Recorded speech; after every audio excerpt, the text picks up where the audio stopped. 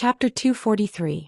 In Zetian Palace Hall, 12 coiled dragon pillars supported the glazed jade tiles of the main hall. The lustrous jade carvings on the floor reflected the light of the glazed lamps. In the afternoon it was time for another court meeting for the officials to meet the emperor. Qin Jin stood in front of the throne with a joyful expression.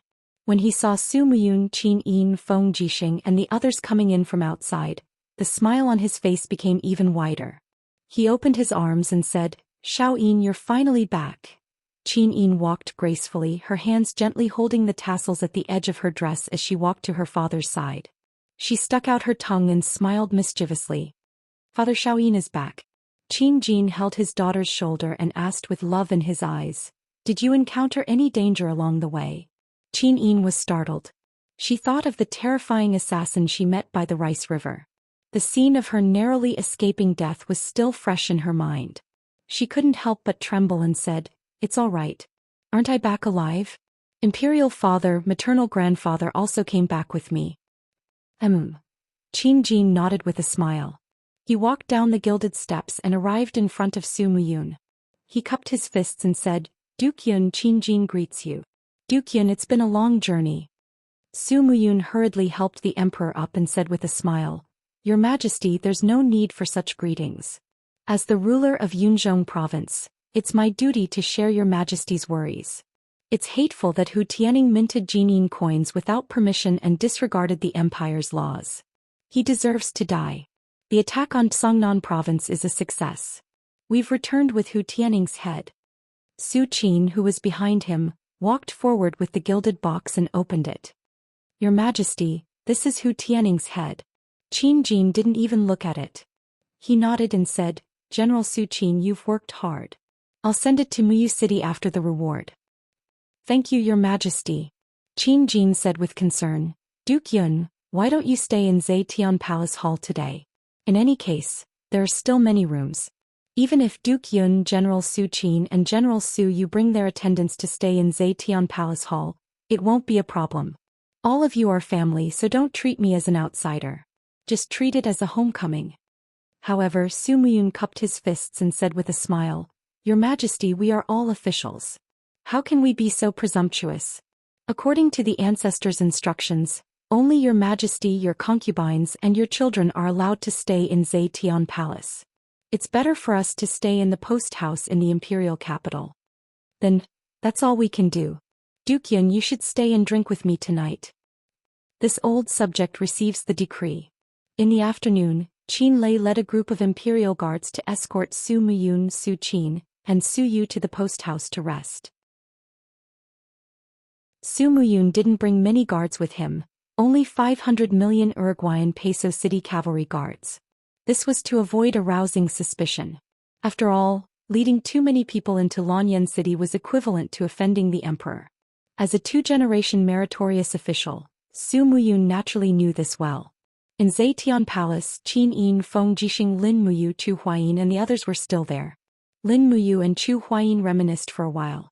When they talked about Chu Yao's recent situation, Chu Huayin smiled proudly and said, "Yao's alchemy skills, medical skills and cultivation have improved a lot.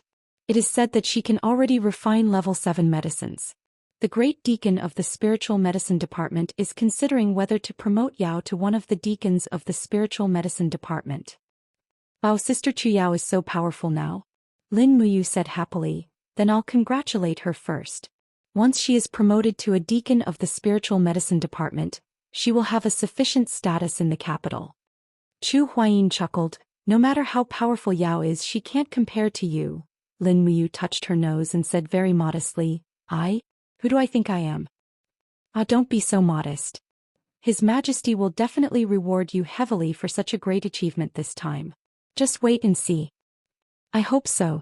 At this moment, Tang Xiaoxi arrived at Zetian Palace and was brought in by an attendant. She was dressed in red and her beautiful face had a refreshing smile. She said angrily, "Mu, you didn't even come to see me when you came back." "Oh, your enemy is here. I'll take my leave first." Chu Huayin cupped his fists and smiled. "I, Chu Huayin, will take my leave." Lin Muyu didn't have time to greet him. She turned around and said to Tang Xiaoxi, "Didn't I just return to the capital to hand in the order? I can't find time to see you for the time being. On the other hand, Xiaoxi, you're quite well informed. You knew that I was back so quickly. Humph. Tang Xiaoxi crossed her arms in front of her chest, but her breasts were even more prominent. You're right. If it wasn't for the fact that everyone on Tongtian Street said that Duke Muyun and Her Highness Yin had returned to Lanyan City, I wouldn't have known that you were back too. Lin Muyu smiled apologetically. This mission was very confidential, so I didn't have time to inform you. Don't be angry. How was your cultivation while I was away? Tang Xiaoxi smiled faintly. Hehe, I've already cultivated the 5th level of the Firefox seal. So fast. Congratulations, Xiaoxi. Hehe. At this time, Qin Yin walked down the stairs and said with a smile, Xiaoxi, you're here too. Tang Xiaoxi pouted. Xiaoyin, you're too mean. You secretly went out with Mu and left me alone to cultivate in Lanyan City. Next time you must bring me along. Humph. Qin Yin pouted. You and I almost lost our lives in Daojiang and you still say that. What happened? Qin Yin briefly described the encounter with the man on Daojiang. At this time Chu Chu also came. He listened on the side and couldn't help but look grim. Your Highness, the person you met really did use black doqi. Yes, you and I saw it. Qin Yin nodded. Really you? Chu Chu confirmed again. Lin Muyu cupped her fists. Phew. His dark fighting energy is very powerful, but his swordsmanship is even more powerful. It's a swordsmanship that I have never seen before. I couldn't last more than 3 rounds under his sword. If it wasn't for the frost armor dragon in Daojiang, I'm afraid that Xiao Yin and I would have died in Yunzhong province. His swordsmanship is very powerful. Chu Chu frowned. You Xiao Yin, come with me. Yes. Qin Yin and Lin Muyu followed Chu Chu and left Zetian Palace Hall. Feng Jixing and Chu Huaying went to carry out their patrol mission. Tang Xiaoxi had nothing to do, so she followed them uninvited. The 4 of them walked along the Sovereign King's corridor and arrived at the library. The moment they entered the library, Chu Chu turned around and said to the library's official, "Close the door. No one is allowed to enter without my order." Yes, Sir Chu Chu. With a squeak, the door was closed. Only the 4 of them were left in the library. The candlelight flickered and it was indescribably quiet. Chu Chu stretched out his hand and said, "Sit down and drink some tea. Tell grandfather more about that person. I want to know more." Yes. Although Lin Muyu and Qin Yin didn't know why Chu Chu was so nervous after hearing about that person, they knew that there must be something important hidden in it. Tang Xiaoxi didn't personally experience the assassination, so she obediently made tea while quietly listening to the 3 of them talk about the assassination. The other person who personally experienced it, Qin Yin's golden rock swift wolf, was like a big dog crawling at the side. It wagged its tail and fawned on Tang Xiaoxi. This made Lin Mu look down on it. This guy only knew how to act spoiled and cute in front of beauties. It should be killed immediately. You, other than his dark doqi and brilliant swordsmanship, what other characteristics does he have? Chu Chu asked. As for the others, Lin Muyu muttered to herself and tried hard to recall. She said, "That's right. Every time he used his energy to attack, his eyes would turn blood red like the blood of the sunset." Chu Chu's body trembled slightly. And then, there didn't seem to be any other characteristics. However, he was very arrogant, as if he looked down on me and Xiao Yin. I don't know where he got his confidence from. That's right, we found an iron ruler in the ruins of a temple. This person came for this iron ruler. He said it was some kind of sacred weapon. Is that so? Chu Chu's eyes widened. And then where is this iron ruler? I refined it. Lin Muyu said with some embarrassment. At that time, thousands of horned dragons attacked me and him. He tore us apart and ate us. It was difficult for me to escape. My left arm was bitten, so I cut it off to escape. After losing an arm, I felt that this iron ruler had a strong life force, so I refined it. I didn't think that I would really reconstruct my left arm. What? Tang Xiaoxi put down the teacup and hurriedly held Lin Muyu's arm. She carefully observed it and raised her head in shock. Mu, your arm was broken before? Yes. Lin Muyu nodded. The arm that you see now is actually a new arm formed after my blood meridians and the iron ruler fused. Chu Chu stroked his white beard. His face was solemn. After you refined this iron ruler, did you obtain some kind of ability? Yes, the strength of my left arm has greatly increased. It seems that I can also condense an energy layer that can protect myself. Come, activate it and let Grandpa see. Yes. Lin Muyu stood up and walked far away from the table. Suddenly her entire body was overflowing with dou qi. With a shout, the faint sound of a dragon's roar could be heard. The image of a golden true dragon lingered around her left arm. Her entire arm was glowing with a translucent luster. Endless righteousness enshrouded it, making people have the urge to kneel down and worship it. Chu was dumbstruck. He couldn't hide the amazement and admiration in his eyes. Oh, you're really blessed by the heavens. You barely escaped death and still managed to obtain this kind of ancient divine power. Ancient divine power? Lin Muyu was surprised. Chu, is this considered ancient divine power? Yes, you still don't know the origin of this iron ruler. Yes, I really don't know. Chu said leisurely. Xiaoying, go and get the records of the gods and demons from the deepest part of the library. Yes, it's the historical book written by Dong Honshu 28,000 years ago. Yes, Chu.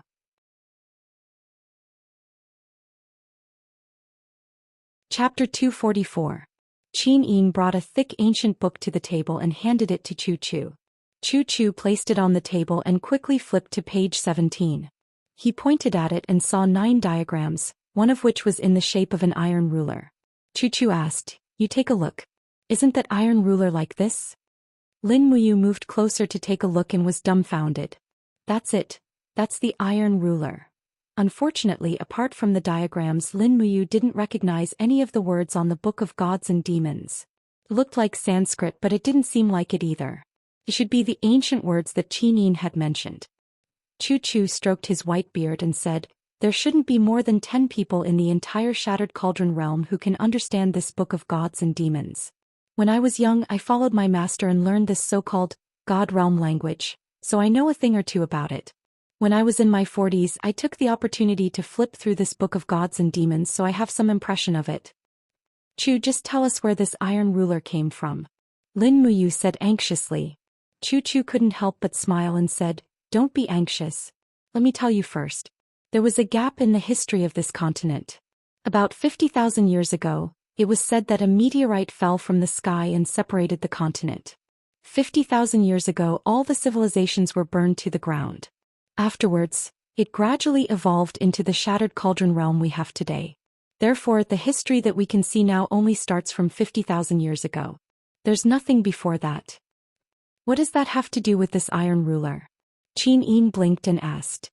Chu smiled slightly and said, "Do you know that 50,000 years ago, we weren't the rulers of this continent?" "What?" Qin Yin was shocked. "Then who was it?" "About..." Chu squinted his eyes and shook his head. "I don't know who it is either, but it might be another group of humans. Let's call them the pre-ancient humans for now. These pre-ancient humans worshipped the 9 great gods. Back then, the heaven realm had 9 gods of domination and they called them the 9 great Buddhas. Each of the 9 gods of domination had a protective sacred weapon, which was the Tianchong demon blade, the glazed sword, the mysterious spiritual ruler, and so on. If I'm not wrong, the iron ruler that you refined was the mysterious spiritual ruler of the 9 great protector sacred weapons. It was the protective sacred weapon of Buddha Xian, who was in charge of life and recovery among the 9 gods of domination. Buddha Xian is also the Buddha Xianji that we worship today." Qin Yin opened her mouth wide in astonishment. "Chu means, the iron ruler that you refined is actually the profound spiritual ruler of the 9 great guardian sacred weapons?" "That's right. Otherwise, how could we reconstruct his body?" Chu stroked his beard and said with a smile, "Ordinary divine weapons don't have such an ability at all." Lin Muyu squinted her eyes and said, "Since I refined the profound spiritual ruler, then, who is that assassin? How did he know about the profound spiritual ruler?" Chu's eyes lit up and said, "If I'm not wrong, this person is a descendant of the pre-ancient humans. He's also the guardian of the 9 great protector sacred weapons. 50,000 years ago they were the masters of this continent." Tang Xiaoxi opened her mouth. "By God. Luckily this person was eaten by the horned dragon, otherwise Mu would be in danger." Chu couldn't help but laugh. Xiaoxi, you're only worried about Yu's safety. Tang Xiaoxi blushed. I didn't. Lin Muyu's expression was solemn as she said, Chu, could there be more descendants of the pre-ancient humans? This person is so powerful. If there really are more pre-ancient humans, I'm afraid the continent will change masters. Oh. Chu shook his head and smiled. There won't be too many of them. Otherwise they would have attacked the Qin Empire a long time ago. However, this group of pre-ancient humans has actually started to search for the 9 great protector sacred weapons. This is a warning. Perhaps we humans who have dominated the continent for tens of thousands of years should also be on our guard. Lin Muyu and Qin Yin looked at each other and saw a trace of worry in each other's eyes.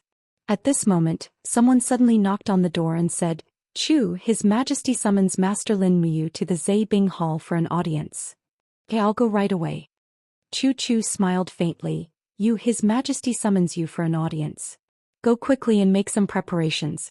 It should be tonight's celebration banquet. Songnan province is now completely under His Majesty's control. Your great contribution cannot be replaced by anyone. Lin Muyu got up and went to the Zeibing Hall.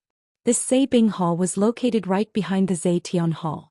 It was also the place where the emperor received some commanders and generals. Summoning Lin Muyu in the Zeibing Hall, the meaning behind it was self-evident. Knock knock. Lightly knocking on the door, Lin Muyu respectfully said, Your Majesty, this humble one has arrived. You come in. Yes. She pushed the door open and entered. She saw Qin Jin holding a rusty saber with a solemn expression.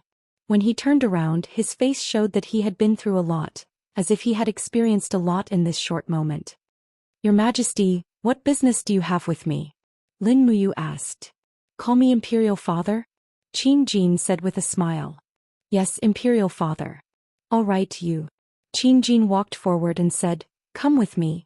Imperial Father will show you a place. After passing through the Zetian Hall, there was a small pavilion at the back. However, there were 4 imperial guards standing guard at the front. On the pavilion's simple and unadorned board, there were 3 large words written in flamboyant calligraphy, Soaring Clouds Pavilion. Soaring Clouds Pavilion? Lin Muyu said in surprise. That's right. Qin Jin pushed the door open and entered. Instantly, a gust of cold wind blew from the Soaring Clouds Pavilion. When Lin Muyu stepped in, she saw that the Soaring Clouds Pavilion was very spacious. Ancient tables were placed in the center. On each table was a piece of armor, a weapon, and so on. Some weapons were long sabers, some were sharp swords, some were war hammers, and so on. Behind each table was a memorial tablet. Lin Muyu got closer and saw a line of large words written on the first memorial tablet. Spirit of the founding general Xiang Wentian. Xiang Wentian? Lin Muyu was stunned. The war god Xiang Wentian, Xiang Yu's ancestor? Yes. Qin Jin smiled faintly and pointed to the row of memorial tablets behind him. Soaring Clouds Pavilion is where the Qin Empire enshrines famous generals.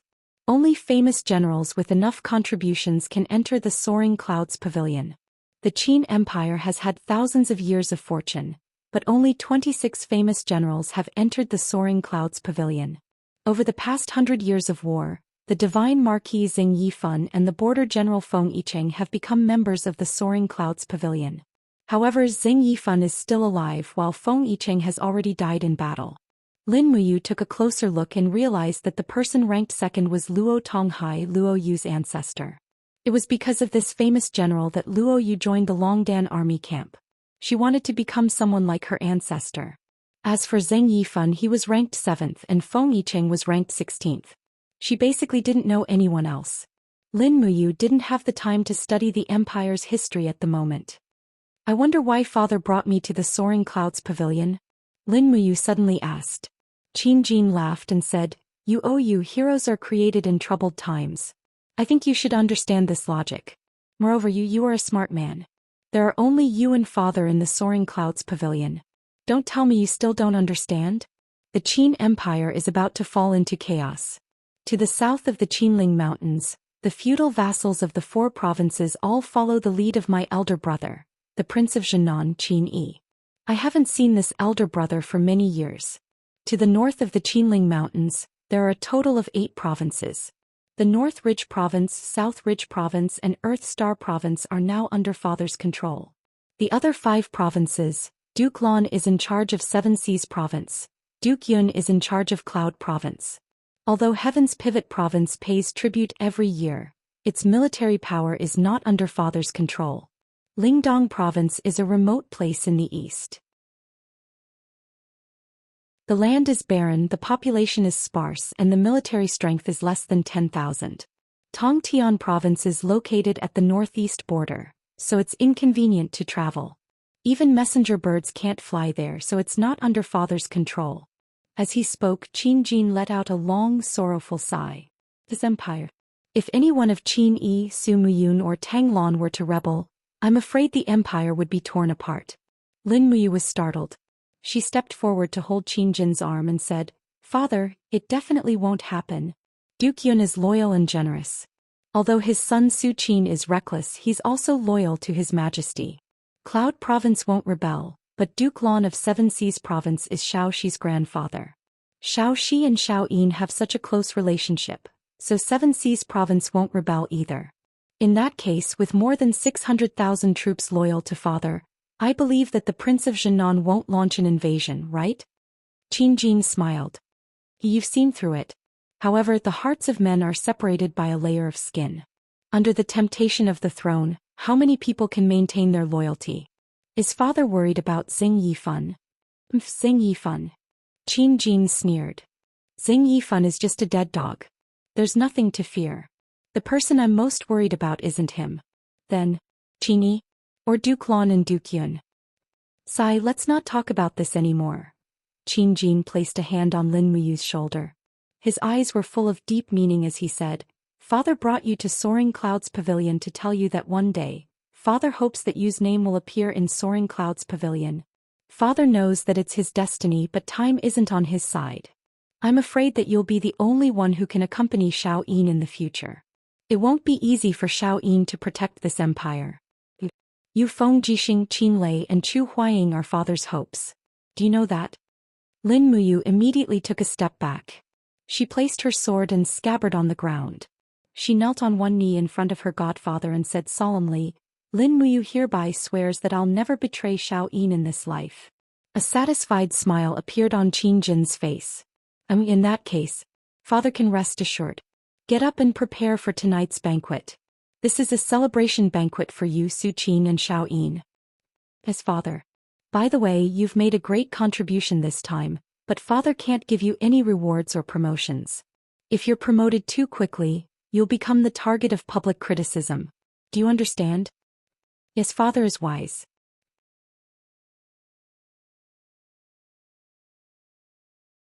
Chapter 245. In the evening, Zetian Hall held a banquet to celebrate Su Qin, Lin Muyu and the others. The head of the sinner, Hu Tianning, was hung high in a bamboo cage above the square, swaying slowly with the wind. Xiang Yu placed his hand on the hilt of his sword and stood silently in the corridor.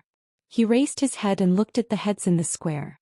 A murderous intent flashed in his eyes. At the side, deity Marquis Xing Yifan said indifferently, "Lord Hu Tianning has been honest all his life, but who would have thought that he would lose his integrity in his old age? Minting coins privately, how foolish, how foolish. Even so, he was still a meritorious minister, but he was killed without even interrogating him. Sai, this is truly lamentable. Lord Hu Tianning, my condolences." A smile appeared on Xiang Yu's face. "The divine Marquis is right. Hu Tianning may be my uncle, but as an important official of the empire, he knowingly broke the law. He brought this upon himself and has no one to blame but me, his nephew, for taking this as a warning." Jin Yifan smiled. "It's great that Lord Xiang Yu can think this way. If all the soldiers of the empire could be like Lord Xiang Yu, then the world would be at peace." Xing Yifan's gaze turned cold as he said, "However, I also heard that Lord Xiang Yu's mother was also in the Five Valleys city. She was hit by a stray arrow in the chaos that night when they were breaking out of the encirclement. Unfortunately, she passed away. I wonder if this is true?" The corner of Xiang Yu's mouth twitched and he said, "Yes." Xing Yifan panicked and said, "It's really like this. Oh my god, that's really too infuriating. The old madam has been loyal to the empire all her life. How can Su Qin be like this?" Lord Xiangyu, please restrain your grief. Xiangyu's palm moved slightly on the hilt of his sword. He said lightly, I will send my mother off tomorrow. Thank you for your concern, Marquis. Xiangyu is fine, I know. This is all my uncle's fault. It has nothing to do with Great General Zhou Xian. If that's the case, then it's good. Lord Xiangyu and General Zhou Xian are both pillars of the empire and the seeds of future famous generals of the empire. If there's any conflict between the two of you, it won't be good. Rest assured, Marquis, General Zhou Xian and I will serve the empire together. There is no gap between us. Okay, then let's go to General Zhou Qian's celebration banquet. Yes, Marquis, this way please. Lord Xiangyu, please. Tonight there were a total of close to 300 guests, and it could be said to be a gathering of officials. The celestial emperor Qin Jin sat on the throne of the Zetian Palace Hall. Beside him, the tables of Qin Yan and Feng Jixing, the two great generals, were also placed there. It was not because their statuses were very high, but because they wanted to ensure the celestial emperor's safety. As for Qin Yin and Tang Xiaoxi, their tables were arranged to the left of Lin Muyu, so that it would be convenient for him to protect her. A little further away were the tables of Chu Huaying, Zhang Wei, Wei Chou and the others. Among the imperial guards, those whose cultivation had stepped into the heaven realm had already been seated, and all of them had brought their weapons with them. As for the civil and military officials who had come from outside, they had to remove their weapons before entering the Zetian Palace Hall. In fact, even Su Qin, Xiangyu, Jin Yifan and the others were not exempted. This was the rule and no one could be exempted. Not long after, the celebration banquet began. A group of palace maids danced in the center of the hall, and the musicians played a tune. Qin Jin raised his cup with a smile and said, Songnan provinces Hu Tianing minted coins without permission, and he has long had the intention to rebel. Now that the matter has been exposed, Duke Yun, Her Highness Qin Yin, General Zhou Xian, General Lin Muyu, and the others have made great contributions in quelling the rebellion. My beloved officials, let's raise our cups and celebrate. Everyone raised their cups and drained them in one go. Lin Muyu was a little slower and her gaze fell on Xiangyu. Although Xiangyu was full of smiles when he looked at Zhou Xian, the fleeting murderous intent in his eyes didn't escape Lin Muyu's eyes. Just the table in front of Lin Muyu alone was already filled with 6 pots of dishes. It was simply too sumptuous. Lin Muyu observed the actions of the people at the banquet as he ate heartily. It had been a long time since he had eaten such sumptuous and delicious food. Even the fine wine was a tribute from the Zetian Palace Hall, and it was very tasty and fragrant. Tang Xiaoxi and Qin Yin were chatting happily, and they had already forgotten about Lin Muyu. This was good as well, as he could focus on eating now. Feng Jixing, Chu Huayin and the others didn't drink any wine. Their tiger-like eyes looked at everything around them, intentionally or otherwise.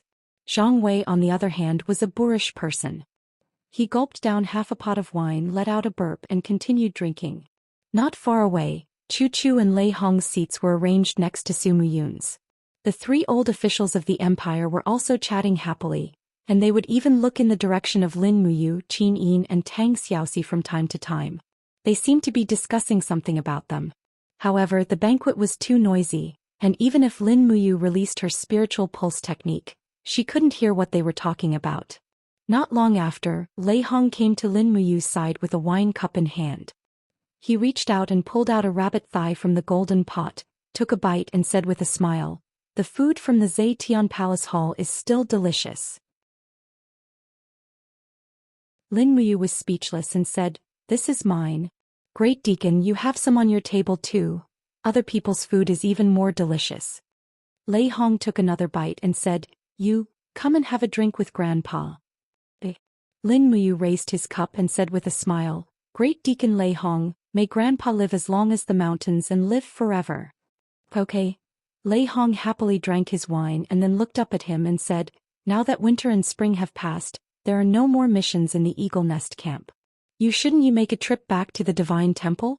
The newcomers in the Divine Temple are looking forward to meeting Lin Muyu, one of the 4 heroes of Lan Yen." "I see." Lin Muyu smiled and said, "Okay, I will let Wei Chou handle the matters of the Eagle Nest camp and I will go back to the Divine Temple to stay for half a month. What do you think, Great Deacon?" Lei Hong patted his shoulder and said, Then Grandpa will go back to the Divine Temple to gather everyone after the banquet ends, and we will wait for your return. The banquet went on for more than 2 hours and many people were already drunk. Qin Jin was not feeling well, so he left the banquet early and Qin Yin presided over the banquet. It was time for the crown prince to interact more with the officials, or else who would submit to such a beautiful girl when he took over the throne in the future. When the banquet ended, Lin Muyu had Wei Chou Xiaosang and the others stay at Zetian Palace for the night, and they were responsible for the safety of His Majesty and the princess. Lin Muyu escorted Tang Xiaoxi back to the duke's mansion. On the long corridor outside Zetian Palace, a group of people walked side by side with their horses. Lin Muyu, Tang Xiaoxi, Su Qin and Su Er were among them. Duke Yun sat in the carriage and he was old and frail and couldn't bear the torment.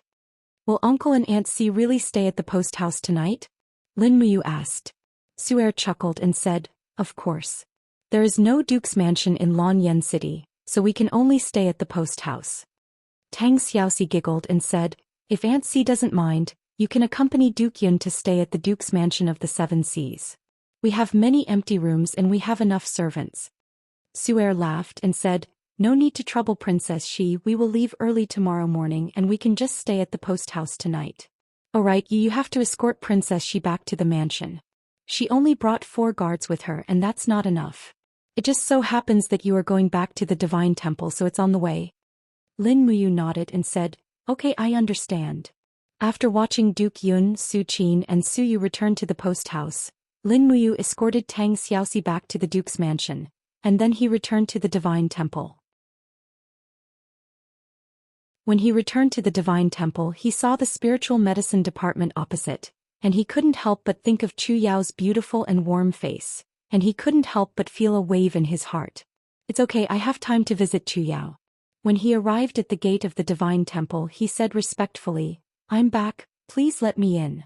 The 2 Divine Temple guards immediately recognized him and they were overjoyed and said, Lord Lin Muyu is back? Open the gate, let me in. After entering the Divine Temple, Deacon Guyong was waiting in the long corridor with a smile, and said, You are finally willing to return to the Divine Temple? Let's go to the main hall, the great deacon and everyone is waiting for you. Hey, thank you, Deacon Guyong. Guyong led the way and all the way to the main hall of the Divine Temple he realized that there was a large group of people standing there. Almost all the deacons, instructors and sparring partners were already there, and they actually didn't sleep in the middle of the night, as if they were all waiting for Lin Muyu's return. Big brother Lin Muyu. Qin Yen smiled and greeted from afar. Lin Muyu also smiled and nodded, and then followed Guyong to the direction of Lei Hong. Just like that, they stood beside Lei Hong's great deacon throne, and everyone was solemnly waiting for something. This made Lin Muyu's heart pound, and looking at this atmosphere, it didn't seem like they were welcoming a sparring partner, but more like a ceremony. But what kind of ceremony could this be? At this time Lei Hong lightly stood up and said with a clear smile, as everyone knows, the Divine Temple of the Empire has a Divine Temple branch in every province. And with the Divine Temple in the capital as the headquarters, the Divine Temple has 2 deacons, 12 deacons. Currently, the other great deacon has been wandering for many years and his whereabouts are unknown. Among the 12 deacons, 8 deacons are in charge of the Divine Temple branches in the major provinces, and the capital headquarters only has 4 deacons. Because Deacon Zhenfang's Qi was destroyed, he resigned from his position, and the 4 deacons are lacking one, so today I have decided to promote one of the 4 heroes of Lanyan, Lin Muyu, to one of the 4 deacons of the Divine Temple headquarters. Lin Muyu was startled. Great Deacon, I don't have much time on normal days, this isn't too good, right? There's nothing bad about it. Lei Hong patted his shoulder and said with a smile, from today onwards Lin Muyu is no longer just a gold star sparring master, but one of our 4 great deacons. His main responsibility is to teach Gold Star instructors and Gold Star sparring masters all kinds of combat skills. I wonder if anyone has any objections. As a Gold Star instructor, Qin Yen immediately cupped his fists and said, Big brother Lin Muyu's strength is above my older brother Qin Lei's, and with the 10th grade Green Gourd martial spirit defeating the 1st grade God binding chains, he is well deserved. With him as a deacon, I, Qin Yen, am the first to be sincerely convinced. Another Gold Star instructor also cupped his fists and said, Lord Lin Muyu is well deserved to be a deacon. Very quickly, everyone expressed their agreement. Lei Hong turned around and smiled. You see, it's well deserved, you're definitely going to be a deacon. Lin Muyu was extremely helpless and could only nod his head. All right then, I'll give it a try first. That's right, men, bring Deacon Lin's new armor over. Yes.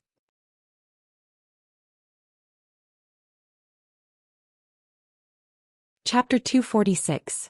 The deacons of the Holy Hall were usually old, so it was impossible for an old man like Gu Yang to wear such heavy armor. Only young deacons like Lin Muyu and Zhen Feng would wear such armor. In this world, the use of armor couldn't be ignored. Not only could it provide a great defense, it could also allow cultivators to avoid some arrows and sword attacks. Although Lin Muyu's battle armor could block ordinary sword attacks, it would still consume her battle chi. In a real battle, it was better not to use battle armor if possible. The deacon's armor was still silver gray, but the emblem was no longer a golden shield but a golden leaf. The golden leaf represented life and power, an existence higher than that of an instructor and sparring partner. Holding the new armor in her hand, Lin Muyu bowed and said with a smile, "Thank you for your kindness, great deacon. I, Lin Muyu, will not let down the holy temple." Good. Rest early. Tomorrow morning you will be working for the holy temple as a deacon. Lei Hong said with a smile. I know. Everyone dispersed. It was already late at night and everyone was tired. Lin Muyu was assigned to another room. He placed the armor in place but didn't go to bed. Instead, he took out a set of black clothes from his cosmos bag. It was a night suit plus a mask. He bought it at the Imperial City's trading firm last time, and now it came in handy. After changing his clothes, Zhou Xian strapped the dragon spirit sword to his back and pushed open the back door of the room.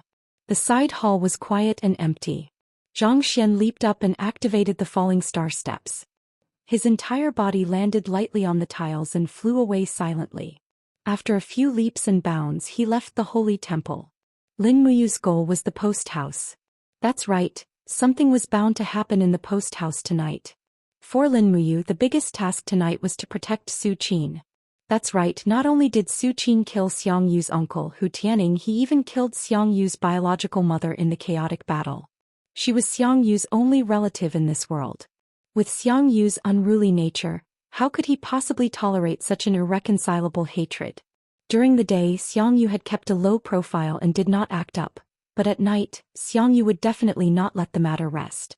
With his current strength, it would not be too difficult for him to silently kill Su Qin, who was only at the first firmament of the heaven realm. In fact, it might even be done in an instant. If Su Qin died, Su Muyun would definitely vent his anger on Xiang Yu. At that time there would be a lot of trouble. Moreover, Su Qin was Qin Yin's uncle. Although he was reckless and cruel, he was still Qin Yin's uncle, so he had to ask. In the middle of the night, the sky above Lanyan City was gloomy and gloomy. Fortunately, the lights from the ground allowed Lin Muyu to see everything on the roof. After activating the spiritual pulse technique and hiding his aura, he carefully stepped on the roof of the post house with his cloth shoes. After a few minutes, he found Su Qin's residence. It was on the leftmost third floor of the post house. Outside the door, 8 soldiers of Muyu City stood guard. Su Muyun and Su Yu's rooms were a little further away. Lin Muyu sat down next to the chimney and lay there quietly. This place was not easy to find, but it was the closest to Su Qin's room. He could reinforce them at any time. This night he waited here. In his left arm, a vigorous ancient divine power was surging. This divine power had already merged with his true dragon bloodline, and its power was infinite. Lin Muyu was even a little excited. He was afraid that Xiang Yu would not come tonight. If Xiang Yu did not come, he would lose this great opportunity to challenge Xiang Yu again. After an unknown amount of time, there was a sudden squeak. The sound of the door opening came from the 3rd floor of the post house. A person with a strange voice laughed in a sharp voice. "The women that the general needs have been brought. There are a total of 3. Do you want to check them?" 2 guards walked forward and raised the lanterns in the corridor. They looked at the faces of the 3 women and smiled. "Yo, they look pretty, but are they safe? Our girls are all carefully selected. Don't worry. No, we have to be absolutely safe. We have to search them and confirm that they do not have any weapons on them before we can enter the general's room." Then let's search them. Okay. One of the guards walked forward and placed his palm on the waist of one of the women. He slowly slid his palm across her body to check if there were any hidden weapons. However, the woman giggled and said, "Sir, slow down, you're making my heart itch." The guard's heart was also stirred. He pinched the woman's buttocks hard and said, "Little slut, you can go now." Next. Lin Muyu, who was lying next to the chimney, couldn't help but frown as she endured the cold wind. She seemed to have gained a better understanding of Zhou Xian. This general is really unwilling to be lonely. He only stayed for one night in Lanyan City, yet he can't bear to live without a woman. Soon the three women entered Zhou Xian's room. Not long after, the sound of moaning could be heard coming from the room. The guards were still standing there with a solemn expression, as if nothing had happened in the room. After nearly an hour, it finally stopped. The lights in Zhou Xian's room were blown out. He had probably gone to rest. Lin Muyu was still lying next to the chimney. She released the spirit pulse technique and searched for all the auras nearby. When the sound of snoring came from Zhou Xian's room, Lin Muyu frowned. She even began to wonder if she had guessed wrong. Would Xianxia wait until Zhou Xian and the others left Lanyan City before making a move? This shouldn't be the case. Once Zhou Xian left Lanyan City, the thousands of heavy cavalry he left in the dragon-seeking forest would accompany and protect him. At that time, it would be even more difficult for Xianxia to assassinate the general first. Just as Lin Muyu's heart was beating like a drum, a tyrannical aura suddenly appeared within the range of the spirit pulse technique. Very strong. Xianxia is here. Lin Muyu immediately became alert. She opened her palm and grasped the hilt of the dragon spirit sword. 2 minutes later, a black shadow appeared on the roof in the distance. The newcomer was dressed in a tight outfit and carried a heavy sword in his hand. With a leap, he floated down from the opposite roof to the 3rd floor of the courier hostel. But there were 8 Muyu City cavalry guards in the corridor on the 3rd floor. However, a scene that Lin Muyu did not expect happened. The newcomer shook the blade in his hand, and with a schwa schwa schwa sound, rays of sword light fell down. The 8 Muyu City cavalry guards fell to the corridor almost without a sound, making soft banging sounds. Not good, it's too fast. Lin Muyu turned over and jumped down from the roof. The newcomer had already pushed open the door of Zhou Xian's room. Without a sound, he raised his sword and slashed at Zhou Xian. Schwa! The biting cold sword energy swept past, leaving a trail of flames. When Lin Muyu stepped into the room, she saw Zhou Xian holding the long sword and retreating to a corner of the room. On the bed, 2 maids were hugging the quilt, trembling with fear. The quilt was stained with blood and one of the maids was lying on the bed. Her head had been cut off by the assassin's sword. Die! The assassin heavily stabbed out with his sword, and with a ding sound, Zhou Xian's long sword was knocked away. His left fist was wrapped in flames and it landed heavily on Zhou Xian's chest. Suddenly, the sound of bones breaking could be heard. Even someone as strong as Zhou Xian couldn't block a blow from the opponent? This time Lin Muyu was even more certain that the assassin was Xianxia. This fire cloud art was his specialty. Peng! With a loud noise, Zhou Xian was punched through the wall and fell out of the courier hostel like a kite with a broken string. Xianxia still wanted to rush down and deliver a blow, but he felt a cold wind behind him. It was the sound of a sword cutting through the air. Xianxia suddenly turned around and parried with his 2 swords. He let out a shout and summoned his martial soul. The flaming stepping fire tiger form lingered around his arms. With a roar, he swept out his sword. The blade was covered with flaming lotuses. It was the first attack of the chaotic 9 strikes. Chaotic fire lotus. Lin Muyu quickly moved her left hand and the golden gourd came out of her body. The wall of the gourd blocked the chaotic fire lotus. Peng! With a loud noise, the 2 quickly separated and took a few steps back. This time Lin Muyu and Xiangxia's hasty attack were actually evenly matched. It was not one-sided like before. When the golden gourd came out, Xianxia didn't need to think to know who the person in front of him was.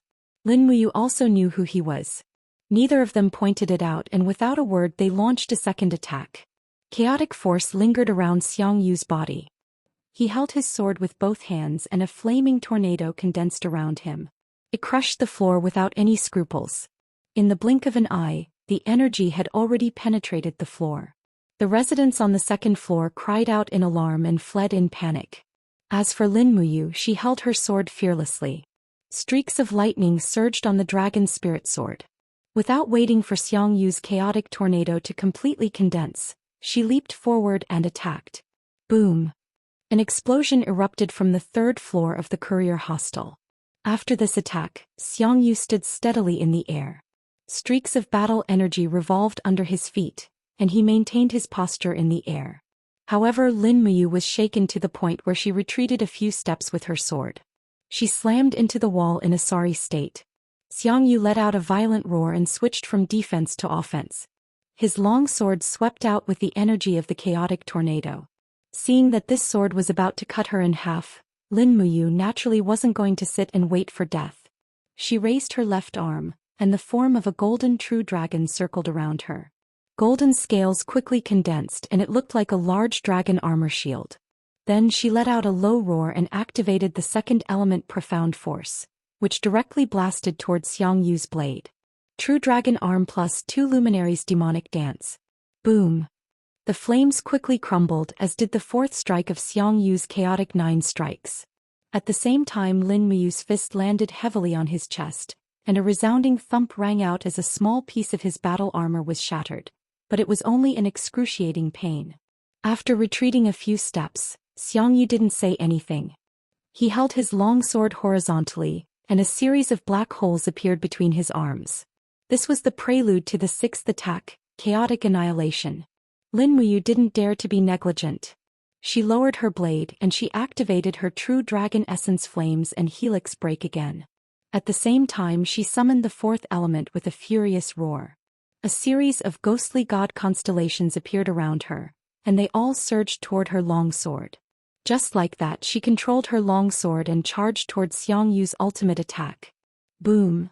The sound of an explosion reverberated through the air, and the entire second and third floors of the post house were instantly razed to the ground. The golden gourd martial soul and the fiery red stepping fire tiger martial soul lit up the night sky, and they contended against each other for a long 10 seconds. Suddenly the power was withdrawn and released, and an extremely powerful force rushed toward Lin Muyu's body. She couldn't help but throw up a mouthful of blood as she retreated and fell into a pile of rubble. Ugh! Xiangyu also retreated several steps and a streak of blood seeped from the corner of his mouth. A fierce light flickered in his eyes. He knew that if he didn't kill Lin Muyu today, it would probably be very difficult for him to kill this brat whose cultivation had advanced by leaps and bounds in the future. But right at this moment, torches rose in the post house's courtyard, and a group of soldiers with heavy bows rushed over in the distance. They shouted, "The assassin is here. Kill him." Whoosh whoosh whoosh. Sharp arrows flew everywhere and Xiangyu let out an indignant roar before disappearing into the night. Sharp arrows also shot toward the nocturnal Lin Muyu. She didn't summon her martial soul again and only used her battle armor to block the arrows. She raised her long sword and blasted open the wall behind her. Then she activated the falling star step and disappeared from everyone's sight at a speed faster than Xiangyu. Su Qin's qi and blood were tumbling in his body. As he ran, he felt a faint uneasiness in his heart. Although Su Qin's life was saved, Xiangyu's current cultivation had probably reached the sanctuary realm. Sure enough, as Chu Chu once said, Xiangyu would become the first powerhouse in hundreds of years to step into the sanctuary realm before the age of 40.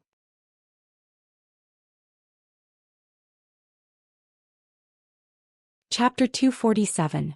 Throughout the night, the news that General Su Qin of Muyu City had been assassinated and narrowly escaped death spread everywhere in Lanyan City. Everyone was talking about it and some eyes fell on Xiangyu, the commander of the military police battalion. It was well known that he was the one with the most motive to kill, but Xiangyu had enough witnesses.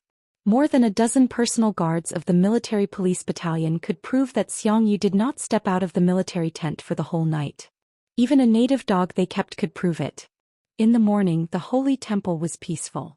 After a night of treatment, Lin Muyu's internal injuries had mostly healed.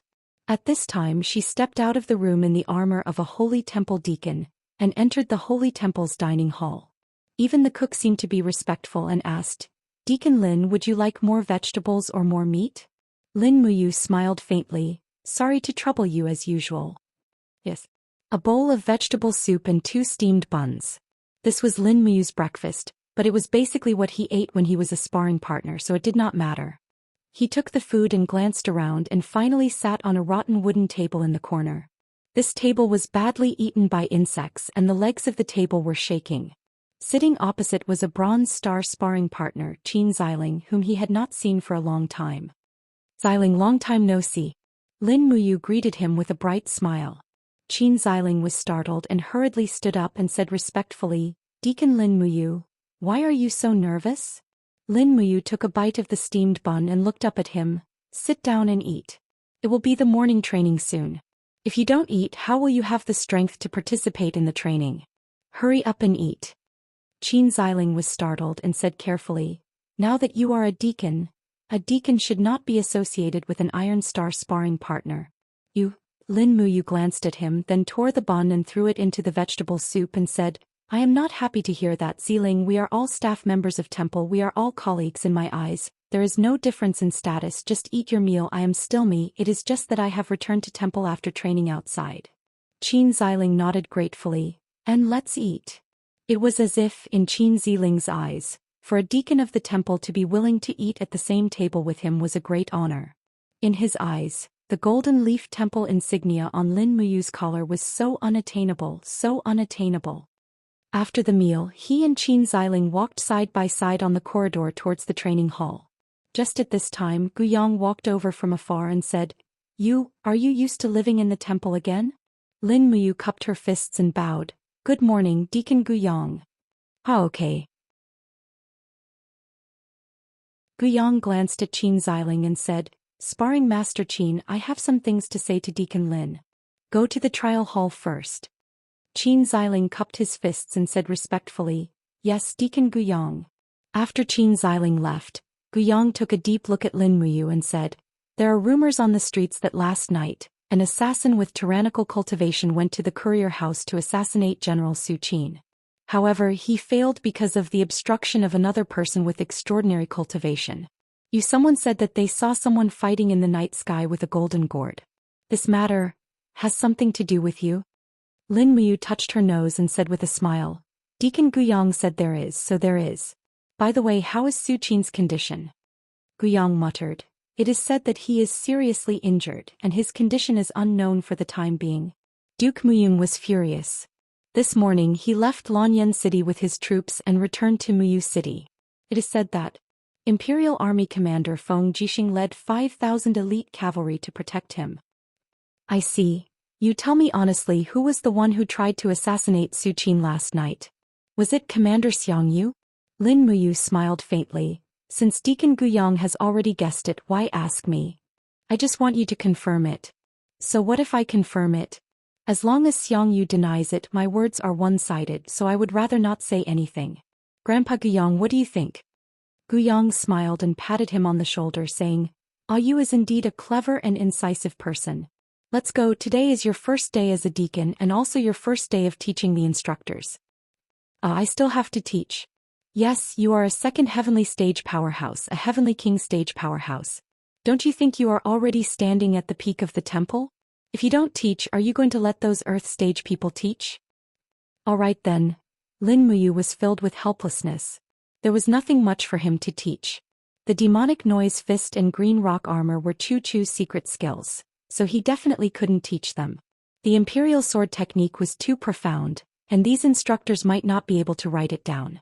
Furthermore, the imperial sword technique was something he had painstakingly learned from the sword elder, so Lin Muyu didn't want to teach them everything he knew. As for the 7 planets Xian energy, there was no need to say anything.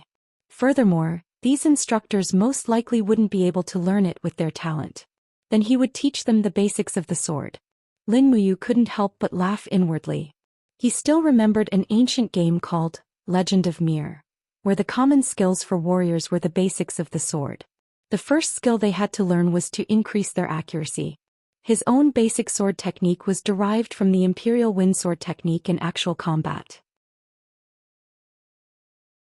He believed that it would be of great benefit to these instructors. When Lin Muyu arrived at the training hall, Qin Yan, Li Mingqi, Xianxia, and the other Gold Star, Silver Star, Copper Star, and Iron Star instructors were already waiting there excitedly. Guyang held a scroll in his hand and said with a smile, "This morning, Deacon Lin Muyu will teach everyone. Come, you will greet everyone and then tell us what I've taught everyone this morning." Lin Muyu strode to the center of the training hall and cupped his fists towards everyone. He said calmly, "To be honest, since everyone is able to enter the temple and become a sparring instructor, I'm sure you all have some secret skills. Lin Muyu is apprehensive, so I can only teach everyone the basics of the sword. I hope everyone doesn't mind." Qin Yan said with a smile, "Big brother, you're the champion of the sword duel assembly. In terms of sword techniques, you're already unparalleled in the world. Why be so humble?" Lin Muyu couldn't help but blush. Qin Yan's words really made him unable to accept it.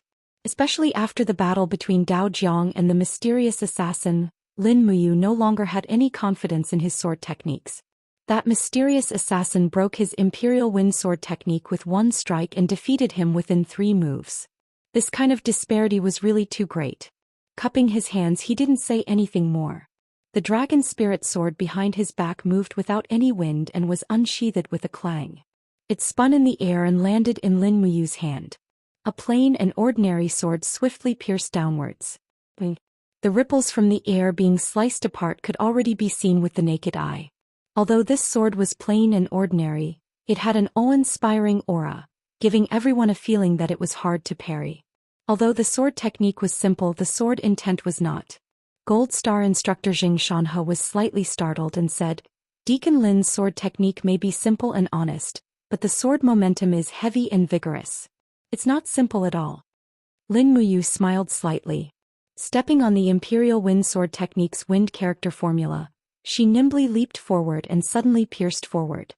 She took more than 10 steps, but the sword light constantly refracted frightening rays of light in the surroundings. It could be imagined that if she were to charge and kill in the midst of an army of thousands, at least over 10 people would die under Lin Muyu's sword in these dozen steps. Formation-breaking style. Lin Muyu said indifferently, "It's only created for killing people. The method is simple, but it's very practical against ordinary soldiers." The group of instructors nodded their heads, not fully understanding. In fact, many people didn't even clearly see Lin Muyu's steps and the detailed angle of her wrist rotation. It was really too fast. In 5 seconds she slashed out at least 20 times. Such a speed was simply impossible for ordinary people to achieve. After a set of sword technique dance, Lin Muyu suddenly raised her hand and the long sword returned to its sheath by itself. Streams of battle qi enshrouded her body, causing her sacred temple cloak to gently sway. The aura of an expert was undoubtedly revealed. "Good." Qin Yan clapped his hands and cheered, causing many of the dumbstruck instructors to cheer as well. What followed next was the specific guidance process. Lin Muyu had become the Sacred Temple's sword technique instructor. The Qin Empire's 6 arts of the martial way were sword, cavalry, spear, knife, axe, archery. The sword was ranked first, which was enough to show how highly it was valued. As a sword technique instructor, Lin Muyu's position was naturally extraordinary. She spent the entire morning personally teaching the instructors. In the afternoon, she watched the instructors and sparring partners train while she meditated in a corner of the training hall, holding the dragon spirit sword. In his mind, the fight with the mysterious assassin that day appeared. The most important reason why he was utterly defeated was because he didn't understand the opponent's sword technique. Furthermore, the mysterious assassin's blade seemed to have a powerful suction force. It was precisely this suction force that caused him to lose so quickly. However, he couldn't understand it no matter how he thought about it. Where did this suction force come from? Buzz. With a light flip of his palm, the dragon spirit sword slowly began to spin rapidly in the air. This was the effect of the spiral force. Lin Muyu's heart suddenly lit up. That's right, the spiral force could cause the dragon spirit sword to spin. But if this spiral force no longer appeared as a spiral force, then wouldn't it be possible to use the spiral force to suck the opponent's weapon? It was easy to say but very difficult to do. For the entire afternoon, Lin Muyu tried time and time again to use the collision of Do Qi to form a spiral force. However, it didn't seem to be very ideal. Until after dinner, when he tried to condense 3 spiral forces to break through, The tip of the blade suddenly produced an extremely powerful suction force, actually causing the air to emit a sharp whistling sound. Filled with excitement, he couldn't wait to find his training target, Qin Xiling. The dumbstruck Qin Xiling held a metal sword and looked at Lin Muyu in astonishment, saying, "Deacon Lin, how can a mere copper star sparring partner like me be your opponent?" Lin Muyu laughed lightly. "No problem, we won't risk our lives. Xiling, just use your longsword to attack." Qin Xiling shouted in a low voice. The foxtail grass martial spirit came out of his body and lingered on the sword's edge. With a xiao sound, the iron sword broke through the wind and came over. After all, his cultivation was at the third layer of the human realm, so it was still remarkable. However, in Lin Muyu's eyes, this sword was way too slow, as if it was moving in slow motion. This was probably because of the disparity between their cultivation realms, right? The dragon spirit sword let out a light cry. Lin Muyu lightly flipped his wrist, and immediately, 3 invisible spiral forces appeared around the dragon spirit sword. The long sword quickly twisted, and like a dragon twisting around Qin Xiling's iron sword, the spiral forces whistled. When Lin Muyu suddenly pulled back his sword, the sword in Qin Xiling's hand instantly flew out of his hand, and with a dang sound, it pierced into the wall behind him. This, Qin Xiling was dumbstruck. What kind of sorcery is this?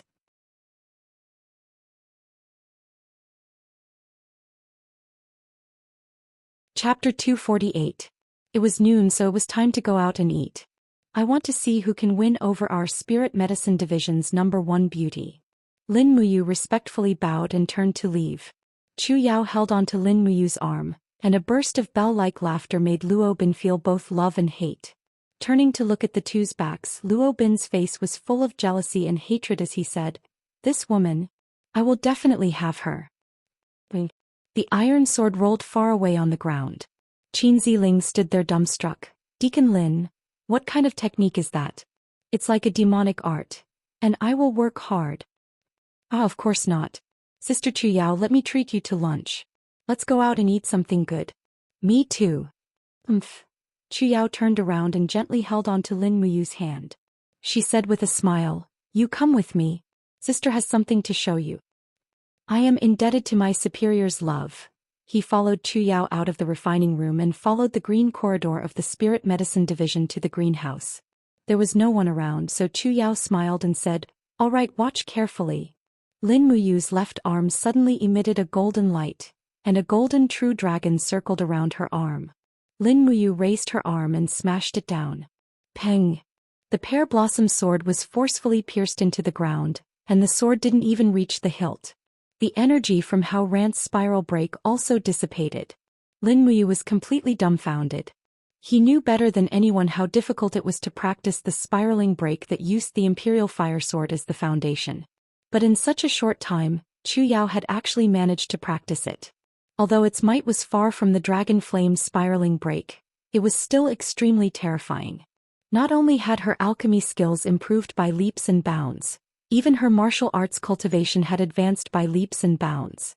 With Chu Yao's strength, she should be able to enter the temple and become a gold star sparring master, right?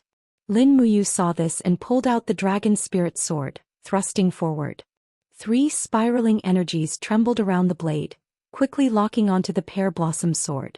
But the power of the spiral break was too strong, and with Lin Muyu's sudden pull, the sword still carried 30% of its power as it flew towards his chest.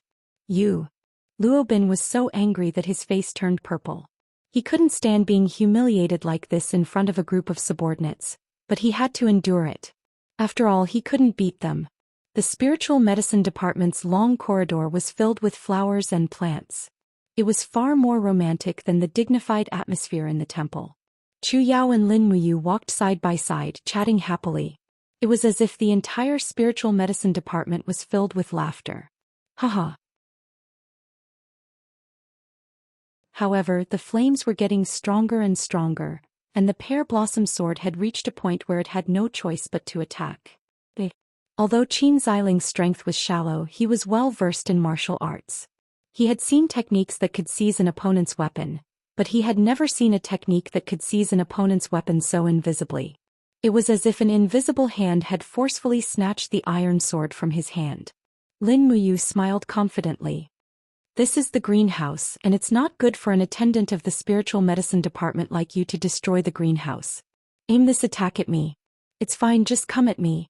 At the side, an alchemist said in a low voice, Attendant, lower your voice. Wasn't it painful enough when Zhou Xian beat you last time? This time, Qin Xiling didn't stab straight ahead. Instead he slashed down from above. Luobin smiled. Since you and Lin Muyu aren't lovers, why won't you accept me? Luobin snorted coldly. I won't go. Chu Yao stuck out her tongue and said with a red face, It's just 3 stone walls. Luobin looked at the two of them strangely and said, Chu Yao, as one of the spiritual medicine department's attendants, you don't know when to stop. Lin Muyu is regarded as the emperor's godson and has close relations with Her Highness Qin Yin. Furthermore, he has a good relationship with Princess Shi. Everyone in Lanyan City is saying that the person Lin Muyu will marry in the future will definitely be Princess Shi, but you are still with him. Are you willing to be the third person? As for the name of this technique, Lin Muyu had already thought of it. She would call it the sword absorption technique. It was very fitting. In the medicine refining room, a group of level 1, 2 and 3 alchemists were refining medicine essence. All of them were sweating profusely. Didn't I come back alive? Lin Muyu smiled brightly. Congratulations, Sister Chu Yao. You've been promoted to an attendant of the spiritual medicine department. Yes. Lin Muyu smiled and said, This is a kind of suction force produced by a spiral of energy. If your cultivation rises to this level in the future, I believe you will be able to comprehend it. All right, Xiling, rest early. It's getting late. Chu Yao pouted and said, Didn't you also become an attendant of the temple? When Lin Muyu came within 3 meters of her, Chu Yao, who was concentrating on refining medicine essence, finally discovered his presence. When she turned around and saw Lin Muyu's handsome figure, Chu Yao couldn't help but be stunned. Her pair of beautiful eyes were covered with a layer of mist. In the blink of an eye, she was about to cry. She opened her arms and rushed forward to hug Lin Muyu. Saying this, Chu Yao raised her hand and pulled out the pear blossom sword from her waist. Her beautiful eyes revealed a serious expression. She suddenly opened her hands and the pear blossom sword floated in the air. True qi transformed into flames that enshrouded her palms. She guided the long sword and in the blink of an eye, a spiral of energy was produced, causing the pear blossom sword to rapidly spin horizontally. No, how could that be? Lin Muyu patted her back and said with a smile, Sister Chu Yao, you are one of the spiritual medicine division's attendants. You can't do this, they will laugh at us. Of course not. Everyone in the capital knows that you are the champion of the sword dueling conference. Don't be so humble. Oh, did Brother Chu Huayin say that? That's because he is too humble. Chu Yao opened her hands and energy instantly exploded out. The pear blossom sword spun at high speed towards Lin Muyu. Lin Muyu couldn't help but laugh. Actually, although the spiral is very strong, as long as Sister Chu Yao uses your true qi to guide it in the opposite direction, you can still stabilize the pear blossom sword. Then, all right. Qin Xiling muttered to himself and said, I feel that Attendant Lin's blade has an extremely vast and invisible suction force. It makes it impossible for me to hold my own sword. It's really strange. Lin Muyu pulled out the pear blossom sword from the ground and handed it to Chu Yao. She said with a smile, It seems that you must have destroyed a lot of things while practicing the spiral. In the distance, Chu Yao's graceful figure was in a corner of the refinement room. She was opening her hands and her fingers were like butterflies flying as she refined the medicinal essence of a grade 7 medicinal herb. As expected, that God of Medicine canon was indeed a wondrous book. It actually allowed Chu Yao to rapidly grow into a genuine medicine saint in such a short period of time. What Chu Feng's grandfather couldn't do had now been accomplished by Chu Yao. Chu Yao slowly left his embrace. Her beautiful eyes were filled with tears as she said, Did you know? When you went to Twilight Rain City, I dreamed of you for several consecutive nights. All of them were nightmares. I dreamt of you being torn apart by powerful enemies. I was so worried.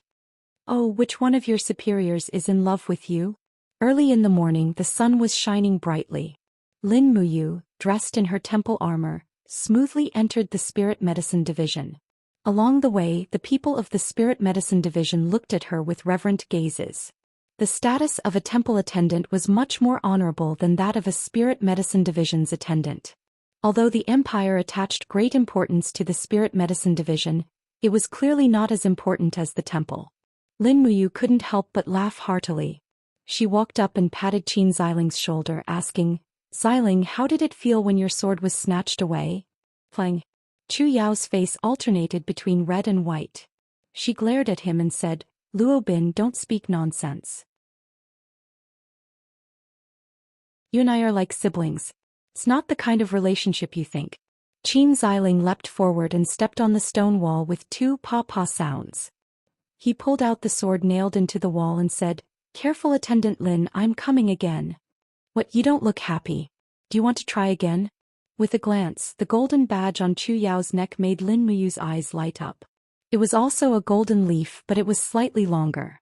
So the Temple and Spirit Medicine Division's attendant badges had the same effect. Chu Yao laughed, "Because I don't like you. I was just saying, why are you so serious?" Walking side by side with Qin Ziling along the corridors of the Holy Temple, Lin Muyu was thinking in her heart that her technique of generating the suction force of the 3 spirals of Qijin was still incomparable to the suction force of that mysterious assassin. She still needed to practice it well and upgrade it to be able to achieve an unexpected result when fighting with experts of the same level as her. On the second day there was no need for lessons. Since the attendant on duty was Guyang, Lin Muyu had some free time. It was time to visit Chu Yao in the Spirit Medicine Division. Around the corner she saw another group of people.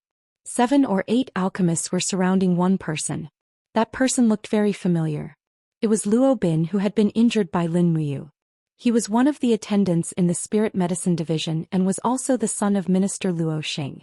He was a popular figure in Lanyan City. Unfortunately, after Lin Muyu became one of the 4 heroes of Lanyan, Luo Bin paled in comparison. "Then let's go." Chu Yao walked forward and held Lin Muyu's arm. She said with a smile, "Yu's cultivation is getting more and more profound. No wonder brother said that Yu's cultivation is already above his." Therefore, in the courtyard where Chu Yao lived, Lin Muyu once again gave her some pointers on martial arts cultivation. Chu Yao was talented to begin with. Now, with the guidance of 2 masters, Lin Muyu and Chu Huaying, her cultivation was naturally twice the result with half the effort. Lin Muyu's body spun, her dou qi enshrouding the edge of her sword. 3 invisible spiraling forces once again appeared on the long sword, parrying Qin Ziling's iron sword in the air. Taking advantage of the momentum, she once again forcefully snatched away the iron sword with a mighty suction force. And good. As the general of the south, Lin Muyu had been in the court for a long time. She naturally knew that petty people should not be offended. It was best not to provoke Minister Luo Xing. She cupped her hands and smiled. "Attendant Luo Bin, I'm going out to eat with my sister. Do you want to go with us?" Ah. In addition, Lin Muyu could clearly feel that Chu Yao's cultivation strength had greatly increased. She was at least at the 3rd level of the Earth Realm now, and her qi was very pure. Otherwise, she wouldn't have been able to refine level 7 herbs so easily. It was as if she was dancing among the herbs. Even the great medicine masters in the distance kept looking over and secretly watching the beautiful medicine saint concoct medicine. I thought you disappeared." Chu Yao raised her head and smiled sweetly. "How is it? How's sister's practice of using fire to control the sword?" The flame's spiraling force formed a small storm, sweeping up the surrounding flowers and plants. Many flowers were quickly torn to shreds, and the leaves flew around the pear blossom sword. Chu Yao's beautiful face paled. She hurriedly said, "You hurry and dodge. Don't let this attack hurt you."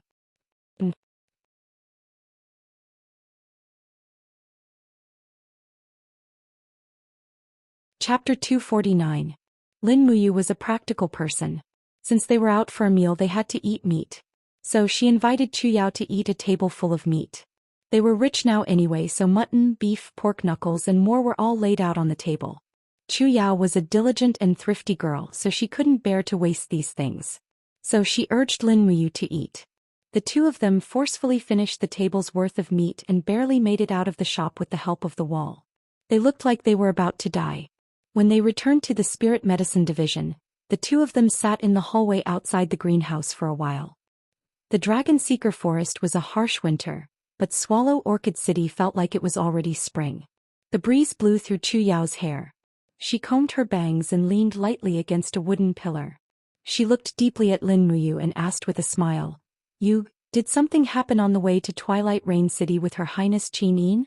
Lin Muyu was startled. "No, nothing happened other than being chased." Chu Yao pursed her red lips and said, "Big brother just asked me a few days ago. Asked me if I liked you, asked me if I never thought of marrying at all." Lin Muyu's heart was filled with a myriad of emotions, and she was actually at a loss for words. Chu Yao smiled. Grandfather spent his entire life studying alchemy, but in the end he was only a grandmaster alchemist. I, on the other hand, am already a saint alchemist. And then? Lin Muyu asked. Chu Yao looked deeply at him and said, "You and I fled from Kathaya City to Lanyan City. We experienced so much on the way and I thought that I was deeply in love with you. But after thinking about it for a long time, I realized that perhaps we really are like siblings. Love is too much of a luxury for me and I should focus on refining pills. But if you truly love Her Highness Qin Yin, then you should treat her seriously." Lin Muyu lightly leaned against the railing and dejectedly said, "Love is too extravagant for all of us. If elder sister only wants to focus on refining medicine, then I should only want to focus on cultivation. I'll wait until I'm strong enough and have self-respect before talking about love." Tu Yao giggled. "Silly boy, you're so easy to fool." Lin Muyu was at a loss. "Sister Chu Yao, what are you playing at?" "I'm not playing." Chu Yao pursed her lips into a smile. "It's just that after saying these words, you'll never know whether or not I love you." Lin Muyu looked at her with clear eyes. "In any case, I'll always protect Sister Chu Yao and not let you come to harm. I'll do my best to protect the people I care about. This is my principle in this world." Then you have to work hard. After all, there are so many people you care about," Chu Yao said with a sour smile. Lin Muyu stood up and said speechlessly, "All right, I should return to the temple. I'll come see you again next time. I'll see you off." "All right." Chu Yao walked him all the way to the entrance of the spirit medicine department before turning around and going back.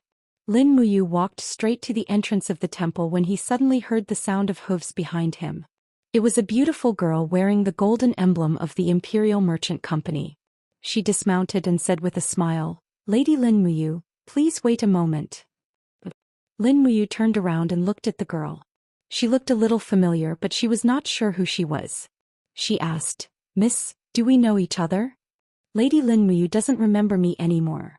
The girl smiled and tilted her head to look at Lin Muyu. "Have you forgotten me from the last auction? I'm the host of the auction. Panzyridium, do you remember me?" "Panzyridium." Lin Muyu was slightly stunned. She cupped her fists and said respectfully, "Oh, it's Panzyridium, the daughter of Pan Dingtong, the leader of the Imperial Merchant Company. My apologies for not recognizing you." "You're too polite."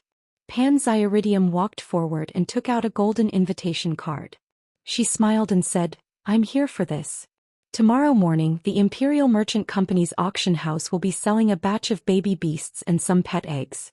Most of these baby beasts are hunted from the jungles of Lingnan. If they're tamed, they can become good pets. If Lady Lin Muyu is interested, please come. We'll invite all the diamond card customers." Lin Muyu took the invitation card and nodded with a smile. "Right, I'll go. Thank you for making this trip personally, Lady Panzyridium." "You're welcome. I'll head back now. The Imperial Merchant Company welcomes you tomorrow, lady." Lin Muyu put the invitation card into her Qiankun bag. She was full of ambition. She did not manage to obtain a satisfactory pet with her animal taming skill in the dragon-seeking forest.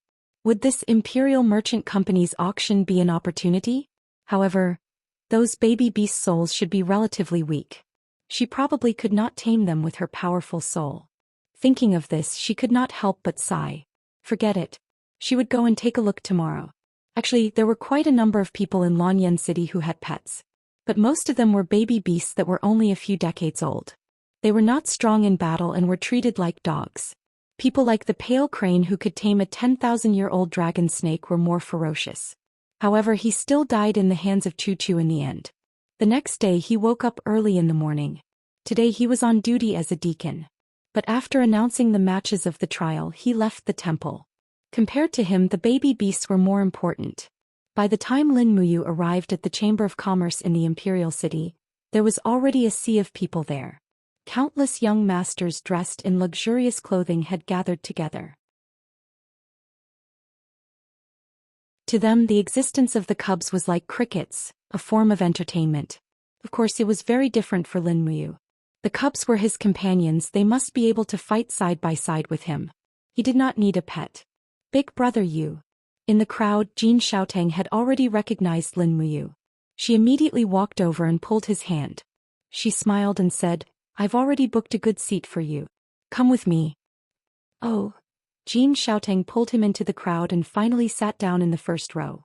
It was indeed a VIP seat. They could see everything clearly. Jin Xiaotang did not seem to have anything important to do.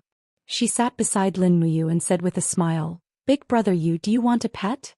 I'll take a look first." "Oh, then after the auction, is it convenient for you to refine another 100 bottles of Dream of the Extreme?" "I knew it."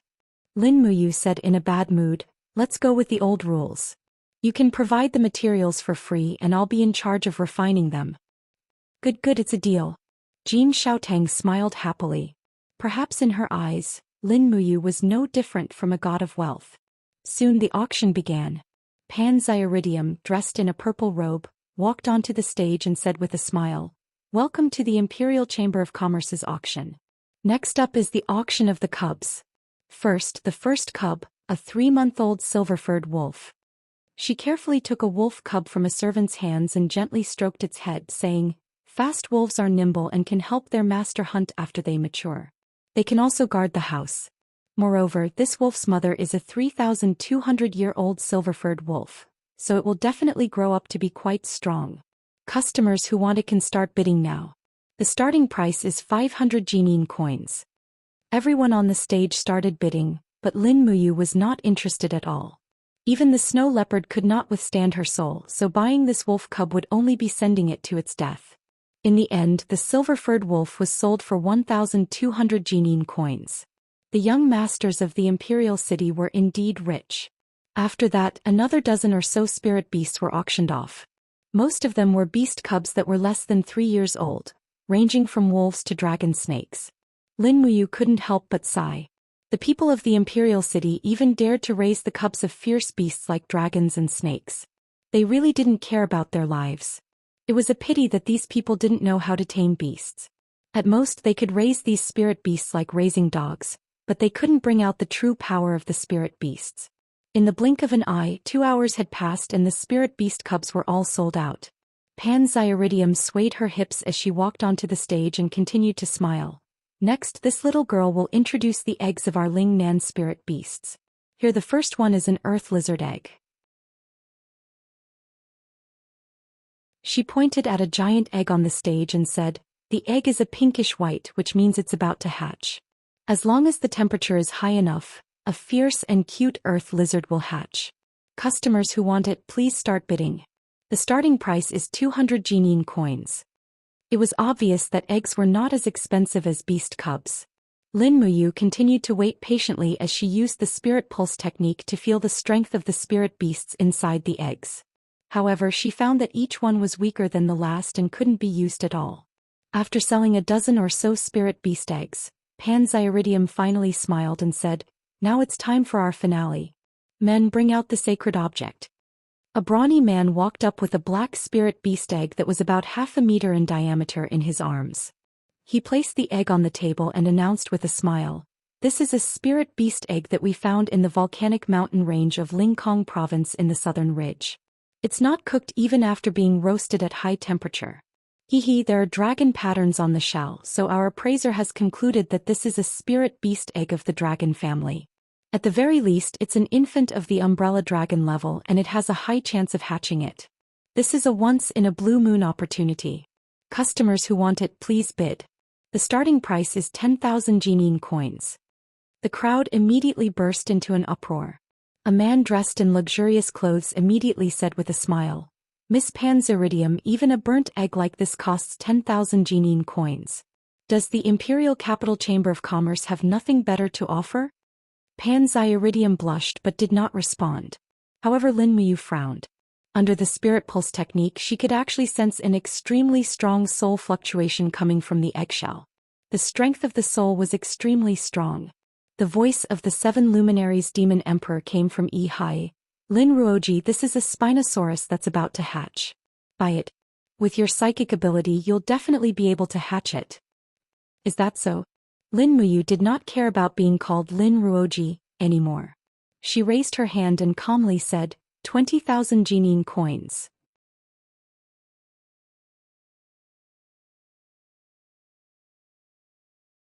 Chapter 250. Who's that? Is he stupid because he's too rich? Yeah, how dare he buy such a charred lump of metal? Is he crazy? He must be dreaming that he can hatch a divine dragon. Ah, idiot. Amidst the booing, Lin Muyu reiterated, 20,000 Jinyin coins.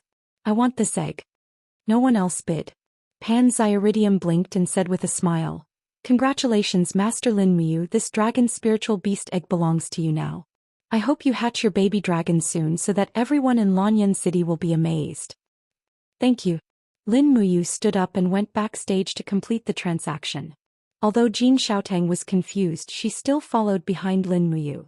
She couldn't help but ask, Brother Ayu, logically speaking, a bloodthirsty tiger or a dragon snake cub would be far more useful than this dragon egg. Dragons have been extinct on the continent for many years, and the only ones that are still alive are some pseudo-dragons such as umbrella dragons and earth dragons. It's also very difficult for them to hatch and survive. I'm afraid your 20,000 Jinyin coins is already a loss.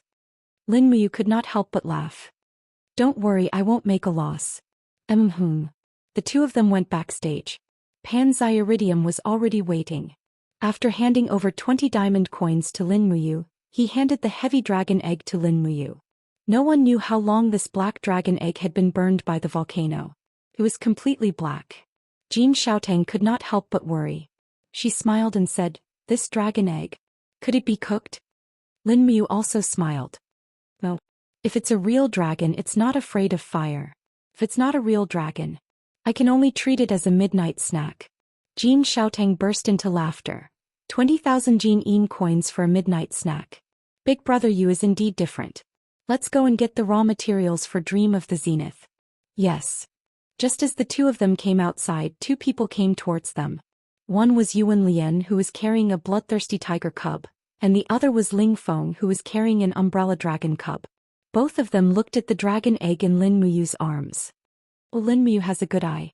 She actually chose this dragon egg that has been roasted for many years out of so many spiritual beasts. How interesting. Don't let a pheasant hatch out. Yuan Lian laughed heartily as he spoke. Lin Muyu raised her eyebrows and said, even if it hatches a pheasant, it can still kill that bloodthirsty tiger of yours. Bullshit. Yuan Lian sneered. You think you can kill the bloodthirsty tiger with that egg? Lin Muyu, do you have the guts to bet with me? What bet?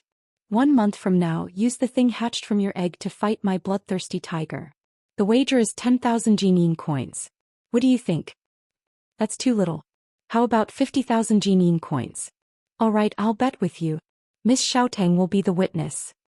Yuan Lian laughed confidently. Jin Xiaotang nodded. All right, 1 month from now, Xiaotang will wait for the two of you to have a pet fight at this place. All right. Yuan Lian looked at Lin Muyu with a trace of jealousy. He smiled and said, Godson, you're going to lose for sure this time. Prepare 50,000 Jinyin coins. If you really don't have any money, go ask your godfather for more.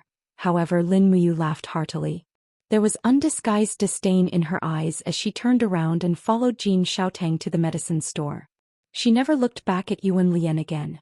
Yuan Lian's face was ashen. He lowered his voice and said, Bullshit, godson of the emperor.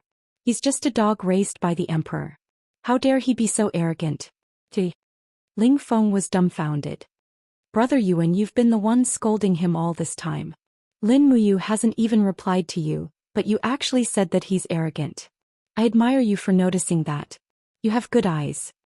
By the time they returned to the holy temple, it was already close to dusk. They asked the servants to send dinner to their rooms. Then they nervously placed the black lump on the table. Their fingers tapped on it a few times, but there was no response. They couldn't help but worry that their money had been wasted. They took out a clean towel and carefully wrapped the dragon egg.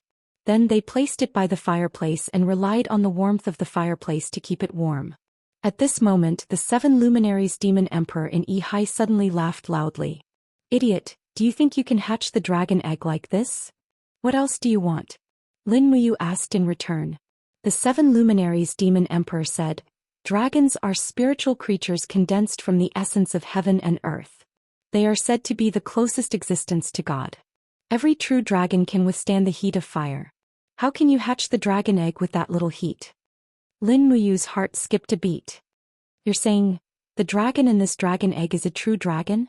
Ah, idiot Lin Ruoji, can't you feel the power of the true dragon? That's right, you're just a mortal unlike me who has a godhood. Ha, it's normal that you can't feel the dragon's aura." "Don't call me Lin Ruoji," Lin Muyu roared in her heart. She moved the dragon egg closer to the fireplace. It was getting hot.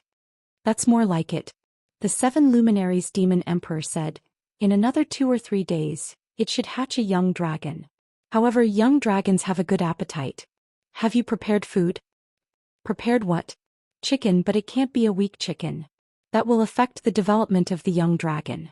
"Ah, F***y, Lin Muyu cursed in her heart. She gave the servant some Jin coins and asked him to buy some wild pheasants the next morning. Wild pheasants were birds that lived in the forest, so they couldn't be considered weak, right? In less than an hour she had refined 124 bottles of Dream of the Extreme Peaks. That was good. She would give 100 bottles to Jin Xiaotang to auction and give the rest to Luo Yu to distribute to the soldiers with better potential in the Longdan army camp. This would greatly increase the combat power of the Longdan army camp. The stronger the combat power of the Longdan army camp, the stronger Lin Muyu's backing would be. The next day Lin Muyu gave the Dream of the Extreme Peaks to Jin Xiaotang. The rest was sent to the contact person of the Longdan army camp in Lanyan City to deliver to Dragon Rocky Mountain. After settling these matters, Lin Muyu began to cultivate the dragon forging bone remnant scroll. While cultivating, she did not forget to communicate with the dragon egg using the spiritual pulse technique. However, the young dragon in the dragon egg did not seem to respond at all. For the whole night, Lin Muyu used the spiritual chapter of the beast taming technique to communicate with the dragon egg. However, it was to no avail. It was not until early in the morning when the wild pheasants in the room began to crow. Suddenly, the spiritual sense in Lin Muyu's mind trembled slightly. It was as if a faint warmth had awakened in the dragon egg. Buzz. Lin Muyu's spiritual sense entered the dragon egg. It was as if she had entered a chaotic space. Not far away, she saw a giant dragon covered in red scales circling in the air with its claws and fangs bared. A pair of merciless eyes stared at her. A dragon that could fly in the air? Could the dragon in this dragon egg really be the legendary true dragon? Roar. The giant dragon roared angrily and suddenly rushed down. It opened its mouth and swallowed Lin Muyu's spiritual sense. The spiritual chapter must not conflict with the spiritual sense of a spirit beast. Do not resist it. Lin Muyu's spiritual sense spread out its arms in the chaotic space and allowed the giant dragon to swallow him. He only felt his body suddenly relax as if he had entered another space. Was he swallowed? No, he was not swallowed. He had entered the giant dragon's spiritual sense. Roar. In the chaotic space, the giant dragon danced wildly in the air. Lightning flashed and thunder rumbled. It seemed to be in great pain as it howled miserably. Suddenly, there were signs of a volcano eruption in the air. Countless scorching lava and lava dust fell from the sky and swallowed the giant dragon in the next moment. However, that mournful howl still echoed in the air. Was this the fate of this dragon egg? Lin Muyu opened her hands and the golden gourd martial soul came out of her body. Battle energy swirled around and blew away the lava dust. However, the giant dragon's body kept shrinking in the lava and finally became a young dragon about the size of a puppy. Lin Muyu opened her hands and the golden gourd vine lifted it up. The little dragon whimpered and shook its little head helplessly as it walked towards Lin Muyu. It leaned its head on his arm and fell into a deep sleep. This was a state where the soul of a spiritual beast and a human were completely in sync. Lin Muyu could feel the helplessness and fear in the heart of the little dragon. The little dragon could also feel Lin Muyu's desire to protect it. In an instant it reached the highest state of the psychic art. After an unknown period of time, a light suddenly flashed.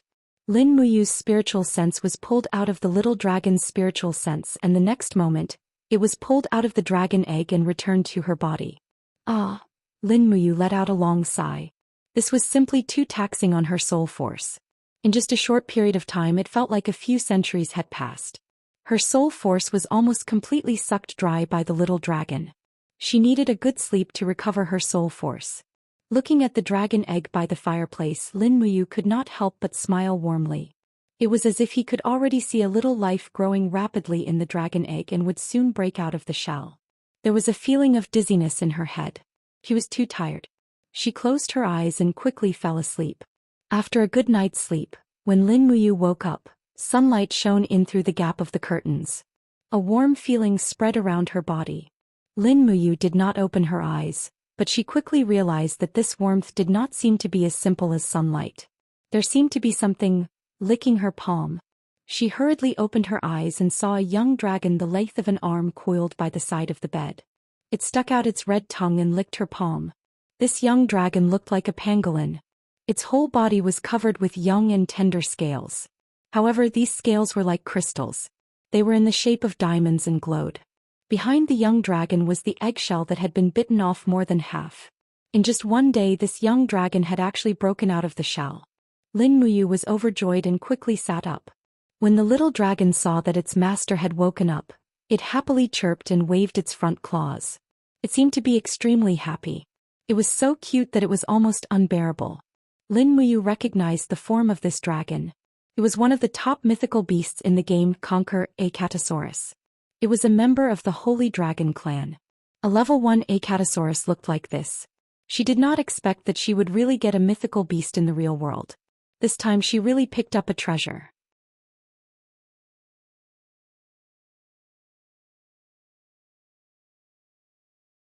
Chapter 251. Woo woo. Xiaolong curled up in Lin Muyu's arms like a puppy, licking its master's palm with its tender tongue. Even its tail, which was wrapped in red crystal scales, was wagging gently to show its inner joy. Lin Muyu had already established a soul contract with Xiaolong, and the strength of Xiaolong's soul was no less than Lin Muyu's, so they seemed to be very harmonious. Lin Muyu got up happily and took out a wild pheasant from the cage.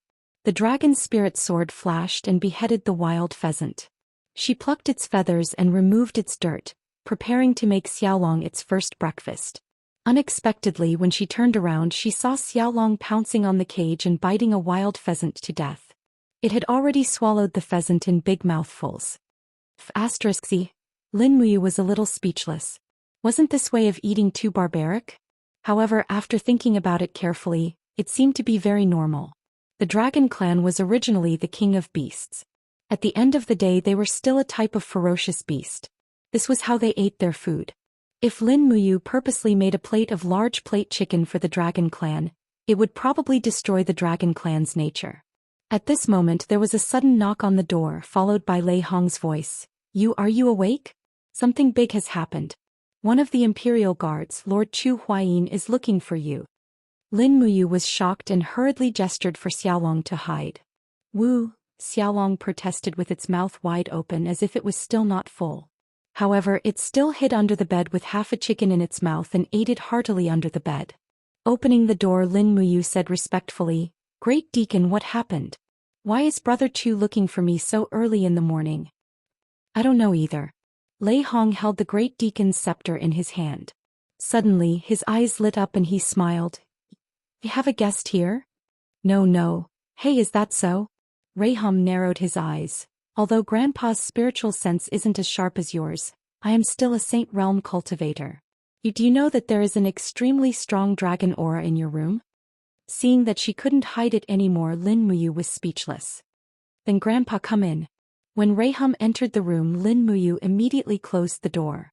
With a soft call, the little dragon crawled out, licking its tongue. There were even a few chicken feathers at the corner of its mouth. It looked at Raham with its big round eyes and let out a loud howl. Unfortunately, its voice was immature, And it didn't sound like a dragon's howl. It still sounded like a puppy's. But what kind of person was Raham? He was an experienced and knowledgeable Grand Deacon of the temple. After squinting at the little dragon for a while, Lei Hong's heart was filled with shock. He turned to look at Lin Muyu and asked, Where did this dragon come from? I bought it from the Imperial Merchant Guild for 20,000 Jinin coins. It is said to be a dragon egg dug out from a volcanic area. It should be at least 10,000 years old. I was lucky and actually hatched it. Lin Muyu replied honestly.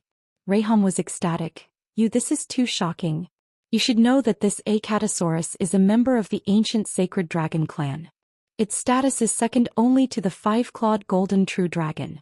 Everyone thought that Acatosaurus had gone extinct along with the five-clawed golden true dragon. You actually managed to get one. This is too shocking. Lin Muyu was stunned. Grand Deacon, if I bring this dragon out as a shareholder, wouldn't it attract too much attention? That won't happen. Raham stroked his white beard and smiled. The young Acatosaurus is not much different from a fire salamander. It will only display its true dragon aura when it reaches adulthood. If you really want to bring it out, you can lie and say that it is a fire salamander. I believe that no one will be able to tell the difference. However, it is better not to show it off in front of others. It is a pity. What is a pity? The Acatosaurus is a branch of the ancient sacred dragon. It needs 10,000 years to reach adulthood. It is a pity that you can't wait 10,000 years for it to reach adulthood. I am afraid that by the time your 100 years are over, this Acatosaurus will only be a young dragon. Damn. Lin Muyu sighed and said, Grand Deacon, can I still bring this Acatosaurus out? It is best that you do not. I will help you look after it. You should go and see Zhou Xian. He seems to be in a hurry. Something big must have happened. Thank you, Grand Deacon. Lin Muyu's spiritual sense told the little dragon to stay in the room and not go out. It could eat the wild pheasants as it pleased. The little dragon raised its head and roared in response. Lei Hong sat by the bed and caressed the little dragon's head with a smile. He looked like he couldn't bear to part with it. He muttered, Little guy, if you were born a few thousand years earlier, maybe I could rely on you to revive the holy temple. What a pity, what a pity. In the corridor, Lin Muyu was wearing the holy temple's armor and carrying the dragon spirit sword on her back. It seemed that Zhou Xian couldn't wait any longer. He also appeared in the corridor and rushed over. His face was full of seriousness as he said, Something big has happened. What's wrong, Brother Chu? Lin Muyu's heart trembled. She said, Did something happen to Sister Chu Yao? Oh, Yao is fine. Something happened to Su Qin. Wasn't General Su Qin escorted back to Miyu City by Brother Feng and the Imperial Guards? How could something happen? What the hell happened? He was assassinated. Zhou Xian's expression darkened.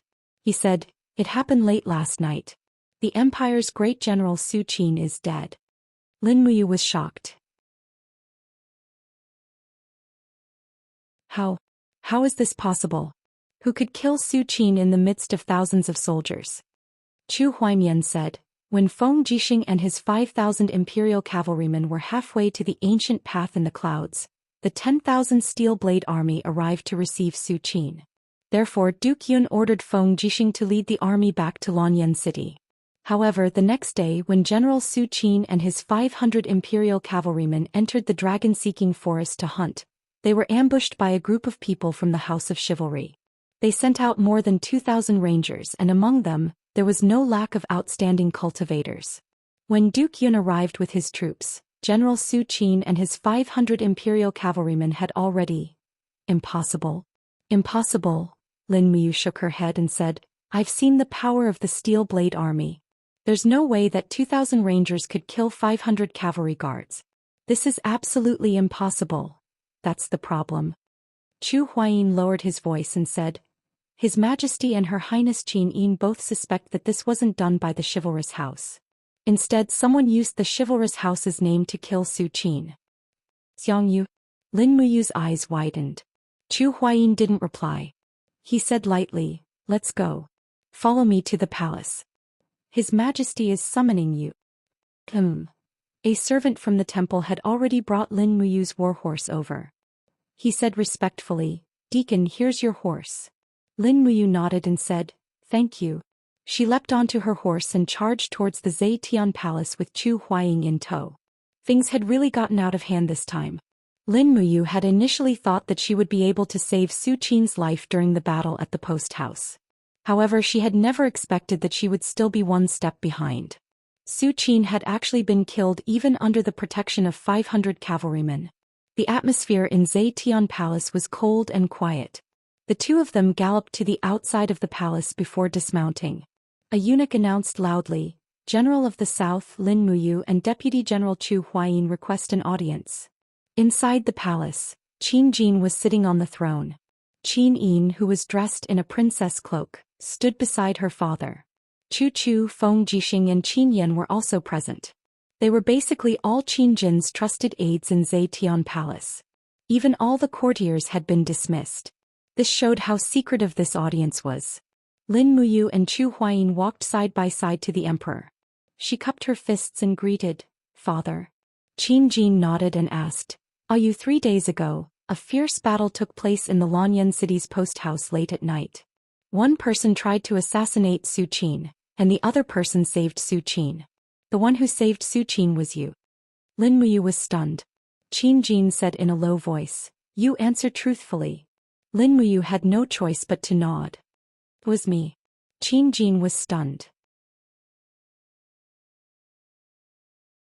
He continued to ask, "Then who was the one who assassinated Su Qin?" "The commander of the military police battalion, Xianxia." "Are you sure?" "Yes." Lin Muyu said calmly, "I've fought Xianxia before." That night the assassin's martial soul was the treading fire tiger, and the techniques he used were the fire cloud fist and the chaotic 9 strikes. There's no doubt that it was Xianxia. Other than Xianxia, there's probably no one in the younger generation of Lanyan City who can easily defeat me. Since that's the case, Qin Jin's eyes were filled with killing intent. Xianxia is audacious. He can be so insolent just because he is the descendant of the war god Xiang Wentian. He is truly despicable. Feng Jixing, what do you think we should do? Feng Jixing cupped his fists and said, "Your Majesty, although you is sure that this person is Xianxia, there is no other evidence. If Xianxia refutes this as a one-sided statement from you, what should we do? Moreover, the assassination of General Su Qin in the dragon-seeking forest has yet to be concluded. Those people from the House of Chivalry have already disappeared without a trace in the dragon-seeking forest. If we hold Xianxia accountable now, it will be unjustifiable." Qin Jin suddenly slammed his dragon throne and said angrily, "Are we powerless to stop Xianxia from killing my general?" Feng Jixing hurriedly knelt on one knee and said, "That's not what I meant. Get up. It's fine now." Qin Jin rubbed the space between his brows. He seemed to have aged a few more years and said, "Su Qin is Xiao Yin's uncle and Empress Su Yun's elder brother. Su Qin's murder has shaken the world. We have no choice but to take action. Chu Chu, you are the princess's grand tutor. What do you think we should do about this?" Chu Chu cupped his fists at the side and said, "Investigate all of Xiangyu's movements these 3 days in detail. Also, send someone to console Duke Yun. Duke Yun has lost his son in his old age. This is a great pain in the world." Qin Jin nodded and said, "Feng Jixing, we grant you special privileges and bestow upon you the monarch's golden order. You have full authority to investigate Xiangyu. Qin Yan, bring generous gifts and our imperial edict to Muyu City. Console Duke Yun and confer Su Qin the posthumous title of Jingyuan Marquis. Yunzhong province's taxes will also be pardoned for a year." Feng Jixing and Qin Yan cupped their fists at the same time and said, "Yes, Your Majesty." Lin Muyu was startled. She asked, "Royal Father, what about me?" Qin Jin looked at him and said, "General Su Qin was assassinated. Originally, your little sister Xiao Yin and I should have gone to attend the funeral. However, Royal Father is already old and his health is not good. He can't stand the rush along the way. Feng Jixing and Qin Yan already have their own missions, so Xiao Yin can't go attend the funeral. It's too unsafe. You accompany Xiao Yin well these few days. Whatever she wants to do, just allow her. We are tired. All of you can withdraw." "Yes."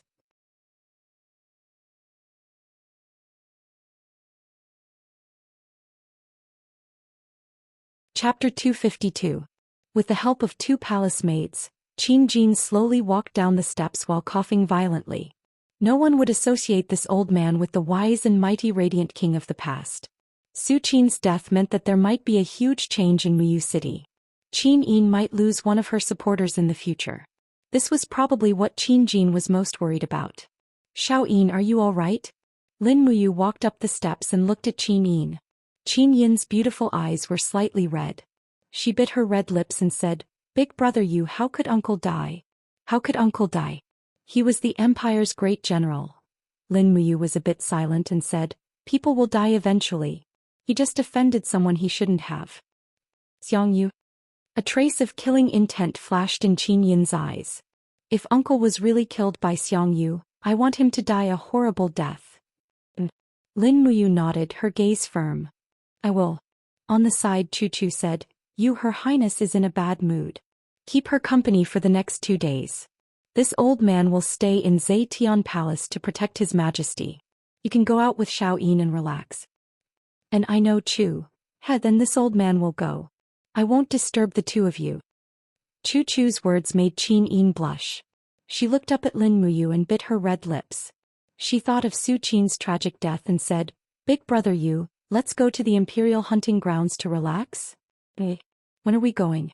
We'll leave in the afternoon. Let me get ready. Okay, then I'll wait for you in Zetian Palace at noon. Also send someone to bring Xiaoxi over. We'll go together.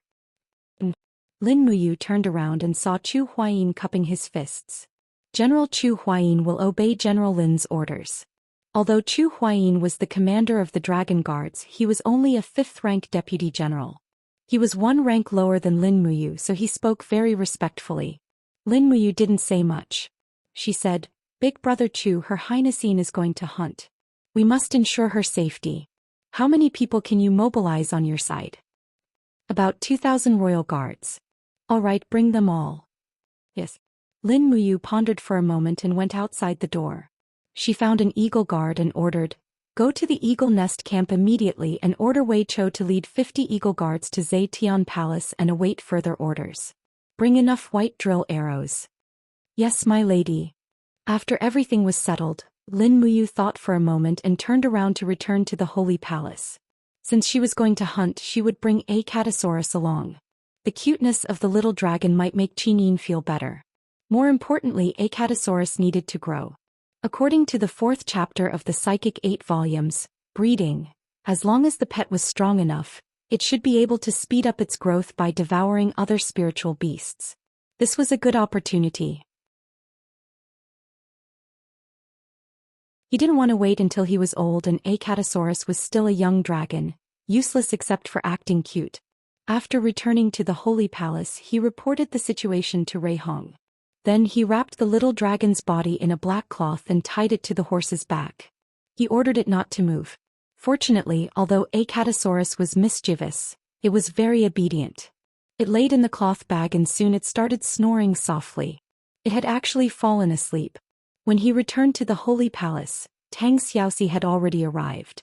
After having a quick meal, they set off for the royal hunting ground. The royal hunting ground was located in the dragon-seeking forest. Most of the spiritual beasts in the hunting ground did not exceed 3,000 years of lifespan. The hunting ground was surrounded by soldiers armed with bows and arrows. As long as the spiritual beasts in the hunting ground tried to escape, these soldiers would use torches and bows to threaten them. When there were so many people, even the strongest spiritual beasts would be frightened and retreat, let alone a spiritual beast that was only a few thousand years old. More than 2,000 people left the city in a grandiose manner. Qin Yin and Tang Xiaoxi were both sitting in the carriage. Lin Muyu held onto the hilt of her sword and rode her horse to guard one side. Chu Huayin guarded the other side. Wei Chou, Xiahou Sang and the others followed closely behind them. In particular, the group of archers that Wei Chou brought with him were all filled with arrows. The arrowheads glowed with a white luster, which was the special characteristic of the white diamond arrows. The reason why Lin Muyu dared to escort Qin Yin with such a small number of troops was mainly because of the white diamond arrows. The sharpness of the white diamond arrows, Wei Chou's unfailing accuracy, and Lin Muyu and Chu Huayin's strength were enough to kill them even if Zheng Yifan personally led the Divine Might Battalion to fight them. The white diamond arrows could pierce through battle armor, and they were destined to be the nemesis of Saint Realm experts. They arrived at the Imperial hunting ground at dusk. The journey was very smooth and they didn't make any mistakes. That night, they arranged for Qin Yin and Tang Xiaoxi to stay in the hunting ground's temporary imperial residence. In fact, it was called a temporary imperial residence, but it was just a small castle. The 2,000 imperial guards set up camp around the temporary imperial residence. There were originally 300 soldiers guarding the temporary imperial residence, but now there were nearly 2,400 soldiers guarding the place. It was much safer. When Lin Muyu escorted Qin Yin and Tang Xiaoxi into the temporary imperial residence, the supervisor of the temporary imperial residence came forward and knelt on the ground. This lowly official, Zhou Tong, pays his respects to Your Highness Yin and General Lin and General Chu. Qin Yin waved her hand. There's no need to be so polite. Rise. Zhou Tong hurriedly stood up and smiled. I'm glad to hear that Your Highness has arrived at the hunting ground. This lowly official has already ordered the servants to prepare a delicious and exquisite dinner. Your Highness can eat after a short rest. Qin Yin probably didn't have much of an appetite either. She tugged on Tang Xiaoxi's hand and said, Lord Zhou Tong, just arrange a room for me and Xiaoxi tonight. I will sleep with Xiaoxi. Yes, Your Highness. Chu Huaying, Wei Chou and the others stood guard in the corridor. Lin Muyu carried a black bag on her back, which contained the sleeping little dragon. She followed Qin Yin and Tang Xiaoxi to the room, and arranged for the imperial guards along the way to ensure their safety. Qin Yin had a lot on her mind and didn't say much until they entered the room. Her pet, the golden crag swift wolf, kept staring at the bag on Lin Muyu's back and growled softly. However, every time the little dragon in the bag moved and stretched, the golden crag swift wolf would immediately whimper and retreat a few steps. It looked both angry and scared, and it was simply too cowardly. Little wolf, what's wrong? Qin Yin was a little confused. She furrowed her brows and said, Brother Yu, is there something in the bag on your back? Why does my little wolf look so scared? What is it? Tang Xiaoxi sat on the soft bed and smiled. Why are you acting so mysterious? Lin Muyu pursed her lips and stood on the edge of the wall with her arms crossed.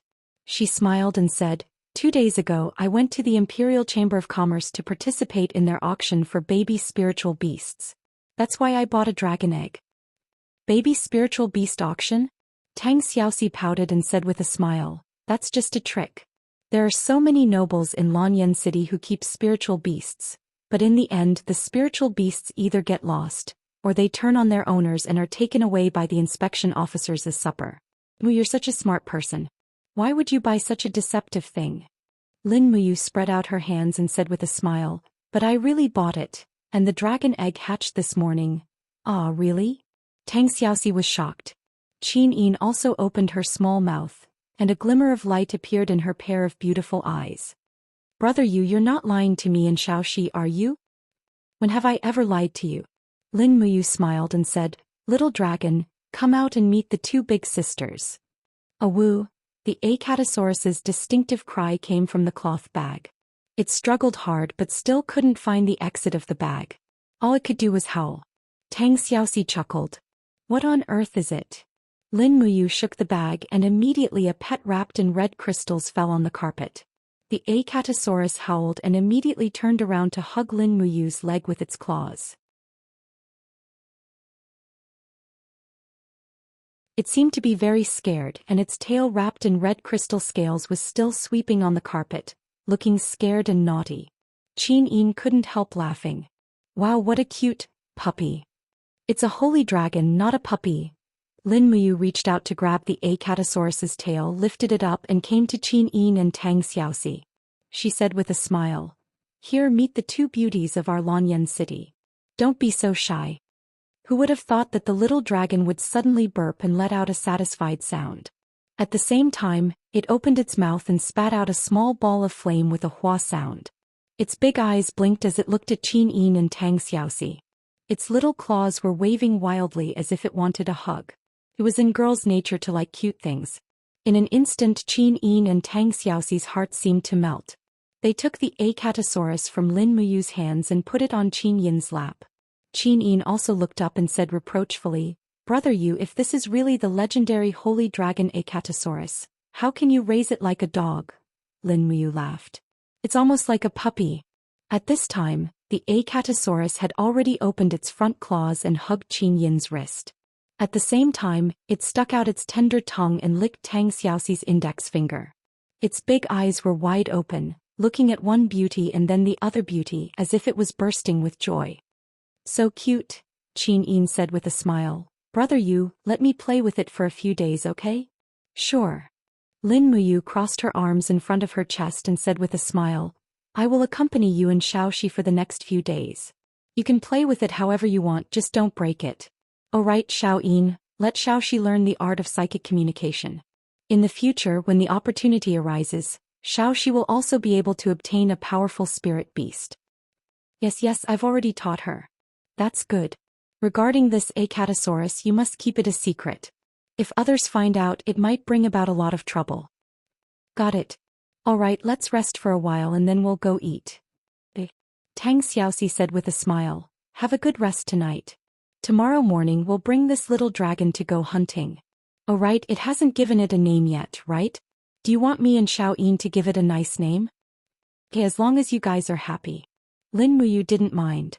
Anyway, the main task this time was to accompany Qin Yin out to relax.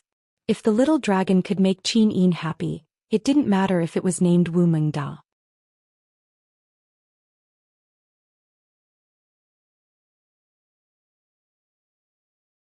Chapter 253. The dinner was very sumptuous. The officials of the Summer Palace bought some game from the hunters in the surrounding villages. Firebird meat, thunderwolf meat, earth bear paw, thorn bird, golden-scaled fish and so on were all available. The officials of the Summer Palace worked hard to please the future monarch. However, Qin Yin's appetite was not very good. On the other hand, Lin Muyu, Chu Huaying, Wei Chou and the others ate a lot and drank a little wine.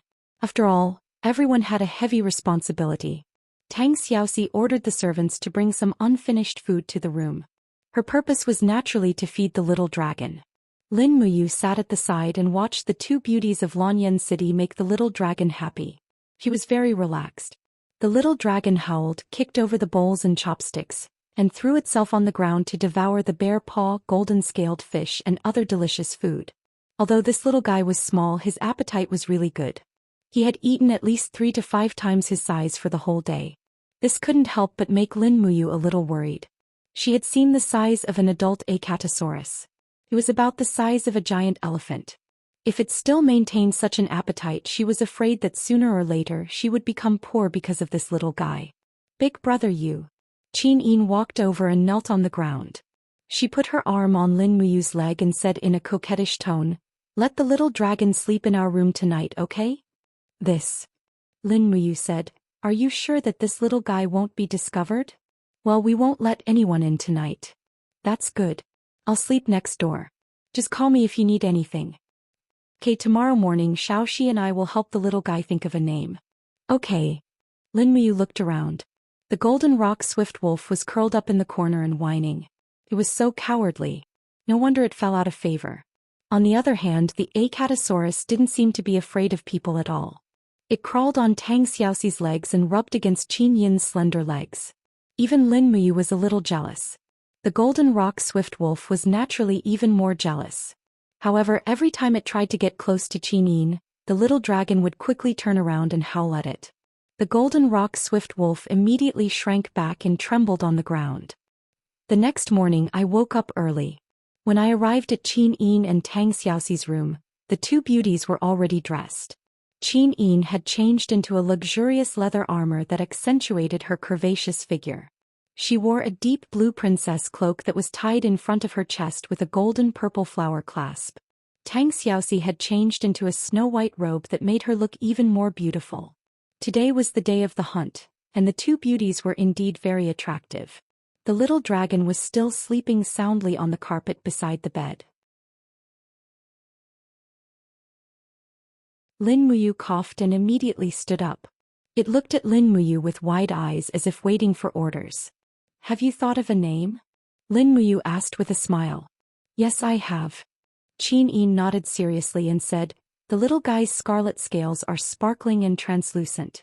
Looks like an apple in the dragon-seeking forest in autumn, so Xianxia and I agreed that we should name it Little Apple. Don't you think this name is very appropriate? Lin Muyu shuddered all over. Little Apple.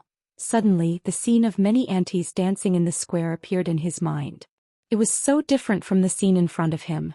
Moreover, once the little dragon grew up, it was full of majesty, the holy dragon Acatosaurus. That kind of arrogance, and the name, Little Apple. Wouldn't it laugh in battle? What's wrong, are you not satisfied? Qian stepped forward to take his hand and said, if you are not satisfied, Xiaoxi and I will continue to think of a better name. Lin Muyu hurriedly shook her head. No, I am very satisfied. This name is simply tailor-made for it. I don't need to say anything else. Xiaoyin and Xiaoxi are really smart. Such a unique and reasonable name was actually thought of by you two. I am very impressed. Qian glanced at him and chuckled. Brother Yu is really a big idiot. He doesn't even know how to compliment others. But Xiaoxi and I really think this name is good. Then, it's settled. Lin Muyu stepped forward and grabbed the little dragon's tail. From now on you will be called Little Apple. Do you remember? You're a dragon with a name now, so you must remember your dignity as a member of the Holy Dragon tribe. Don't do that kind of shameful, no shameful dragon thing anymore. F***CK, who told you to poop here, you bastard? Lin Muyu forcefully pulled the dragon's tail, while Little Apple waved its front claws at Qian and Tang Xiaoxi for help. However, it was too late. It was immediately pulled into a black cloth bag by Lin Muyu and carried on her back. It could only curl up into a ball and let its master carry it. Qian and Tang Xiaoxi giggled. At this moment, the haze that Qian brought about by Su Qin's death was finally swept away. In fact, although Su Qin was Qin Yin's uncle after all, they had not seen each other for too many years. Their feelings for each other had long faded, so they forgot each other relatively quickly. It was not that Qin Yin was fickle, it was just that things in the world were like this. Early in the morning, after a simple breakfast, the first day of hunting began. Under Chu Huayin's orders, 2,000 imperial guards spread out and surrounded the entire hunting ground. Wei Chou, Xiahou Sang and the other eagle guards patrolled around with longbows in hand, preventing anyone from entering the hunting ground. The real hunting was carried out by Lin Muyu, Qin Yin and Tang Xiaoxi. The others were actually just companions as long as they could make the princess happy. The 3 warhorses entered the forest, and the imperial guards behind them also spread out far away. Lin Muyu extended her spiritual sense and did not find any powerful enemies within a 10-mile radius. However, there were many spirit beasts in the hunting ground and some of their auras were actually quite strong. Qin Yin held a carved jade bow and said with a smile, Brother Yu, Xiaoxi, let's compete to see who can shoot more prey. How about it? Sure. Tang Xiaoxi held her longbow and said with a smile, my archery skills were personally taught to me by my grandfather. Lin Muyu felt a little awkward. Although he had learned archery from Wei Chou for a few days, he really couldn't use it. He could only follow the 2 beauties in the forest without saying a word. In the distance, a group of 200-year-old wolves were fleeing. These wolves had already been alerted by the Imperial Guards, so how would they take the initiative to attack humans? Furthermore, spirit beasts weren't stupid. The wolves could feel the auras of Lin Muyu, Qin Yin and Tang Xiaoxi, so they naturally wouldn't come to their deaths. Qin Yin quickly galloped forward and quickly pulled out an arrow. With a whoosh, the arrow left the bowstring. In the next moment, a 120-year-old wolf fell to the ground and died. Tang Xiaoxi also drew her bow and another wolf fell to the ground. Lin Muyu's heart sank. He hurriedly stopped his horse and shot. The arrow flew out and sank into a tree. Hee, Qin Yin smiled extremely sweetly. Brother Yu, call me master and Xiao Yin will teach you archery. Without saying a word, Lin Muyu raised his hand and a little magic sonar knife flew out. The wolf that seemed to be mocking him fell to the ground. 2 seconds later, the little magic sonar knife returned from its invisible state to his palm. Qin Yin pouted, shameless. Tang Xiaoxi held back her laughter. Lin Muyu said, it's a hunt. As long as we can kill, we don't have to care about anything else. However, at this moment Xiaoping was suddenly crawled out of the sack and landed on the ground. Like a rabbit, he dashed towards the corpse of the swift wolf that Lin Muyu had killed. It was a 200-year-old swift wolf. Xiaopingwa opened his mouth and bit down on the neck of the swift wolf's corpse, and began to gulp it down. Ah! Qin Yin's mouth opened wide. Xiaopingwa actually ate it raw. Yes.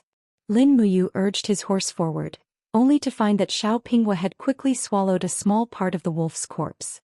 At the same time, it had also swallowed the beast spirit of the 200-year-old wolf. Tang Xiaoxi was slightly surprised. After dismounting, she picked up Xiaopingwa and wiped the blood off the corner of his mouth. Mu Xiaoyin looked at Xiaopingwa's forehead. There are 2 gray lines on the scales. What's going on? Qin Yin was stunned and said in a low voice, "This is the sign of a 20-year-old beast. This Acatosaurus can increase its own cultivation by quickly devouring the beast spirit of other beasts." Lin Muyu was also stunned and she could not help but feel happy. That's great. Let it devour more beast spirits. Who knows, it might be able to speed up its growth. Xiaoyin, in the history of the empire were there dragon knights? Yes. Qin Yin nodded seriously. The founding general Luo Tonghai was a dragon knight, but he rode a black-scale dragon which was not part of the Holy Dragon clan. However, the fact that Luo Tonghai was able to ride a dragon with his cultivation alone is already a legend. Lin Muyu clenched her fist confidently and smiled. Then I might be another dragon knight. Tang Xiaoxi laughed. You want to ride Xiaopingwa? Yes, can't I? Sure, just don't crush it to death. Gosh. They continued hunting and soon Qin Yin killed a 300-year-old bramble bear. She ordered her golden rock swift wolf to devour the beast spirit. Although the golden rock swift wolf was fierce, it seemed to be afraid of Xiaopingwa. It was scared away by Xiaopingwa halfway through. After scaring away the golden rock swift wolf, Xiaopingwa immediately began to eat. With another 10 years of cultivation, it had become a 30-year-old Acatosaurus. Unfortunately, it only grew in strength and did not grow in size. Still looked so small.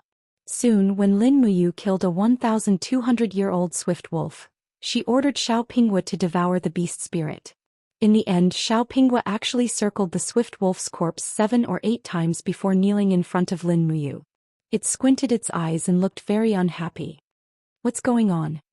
Lin Muyu was a little puzzled.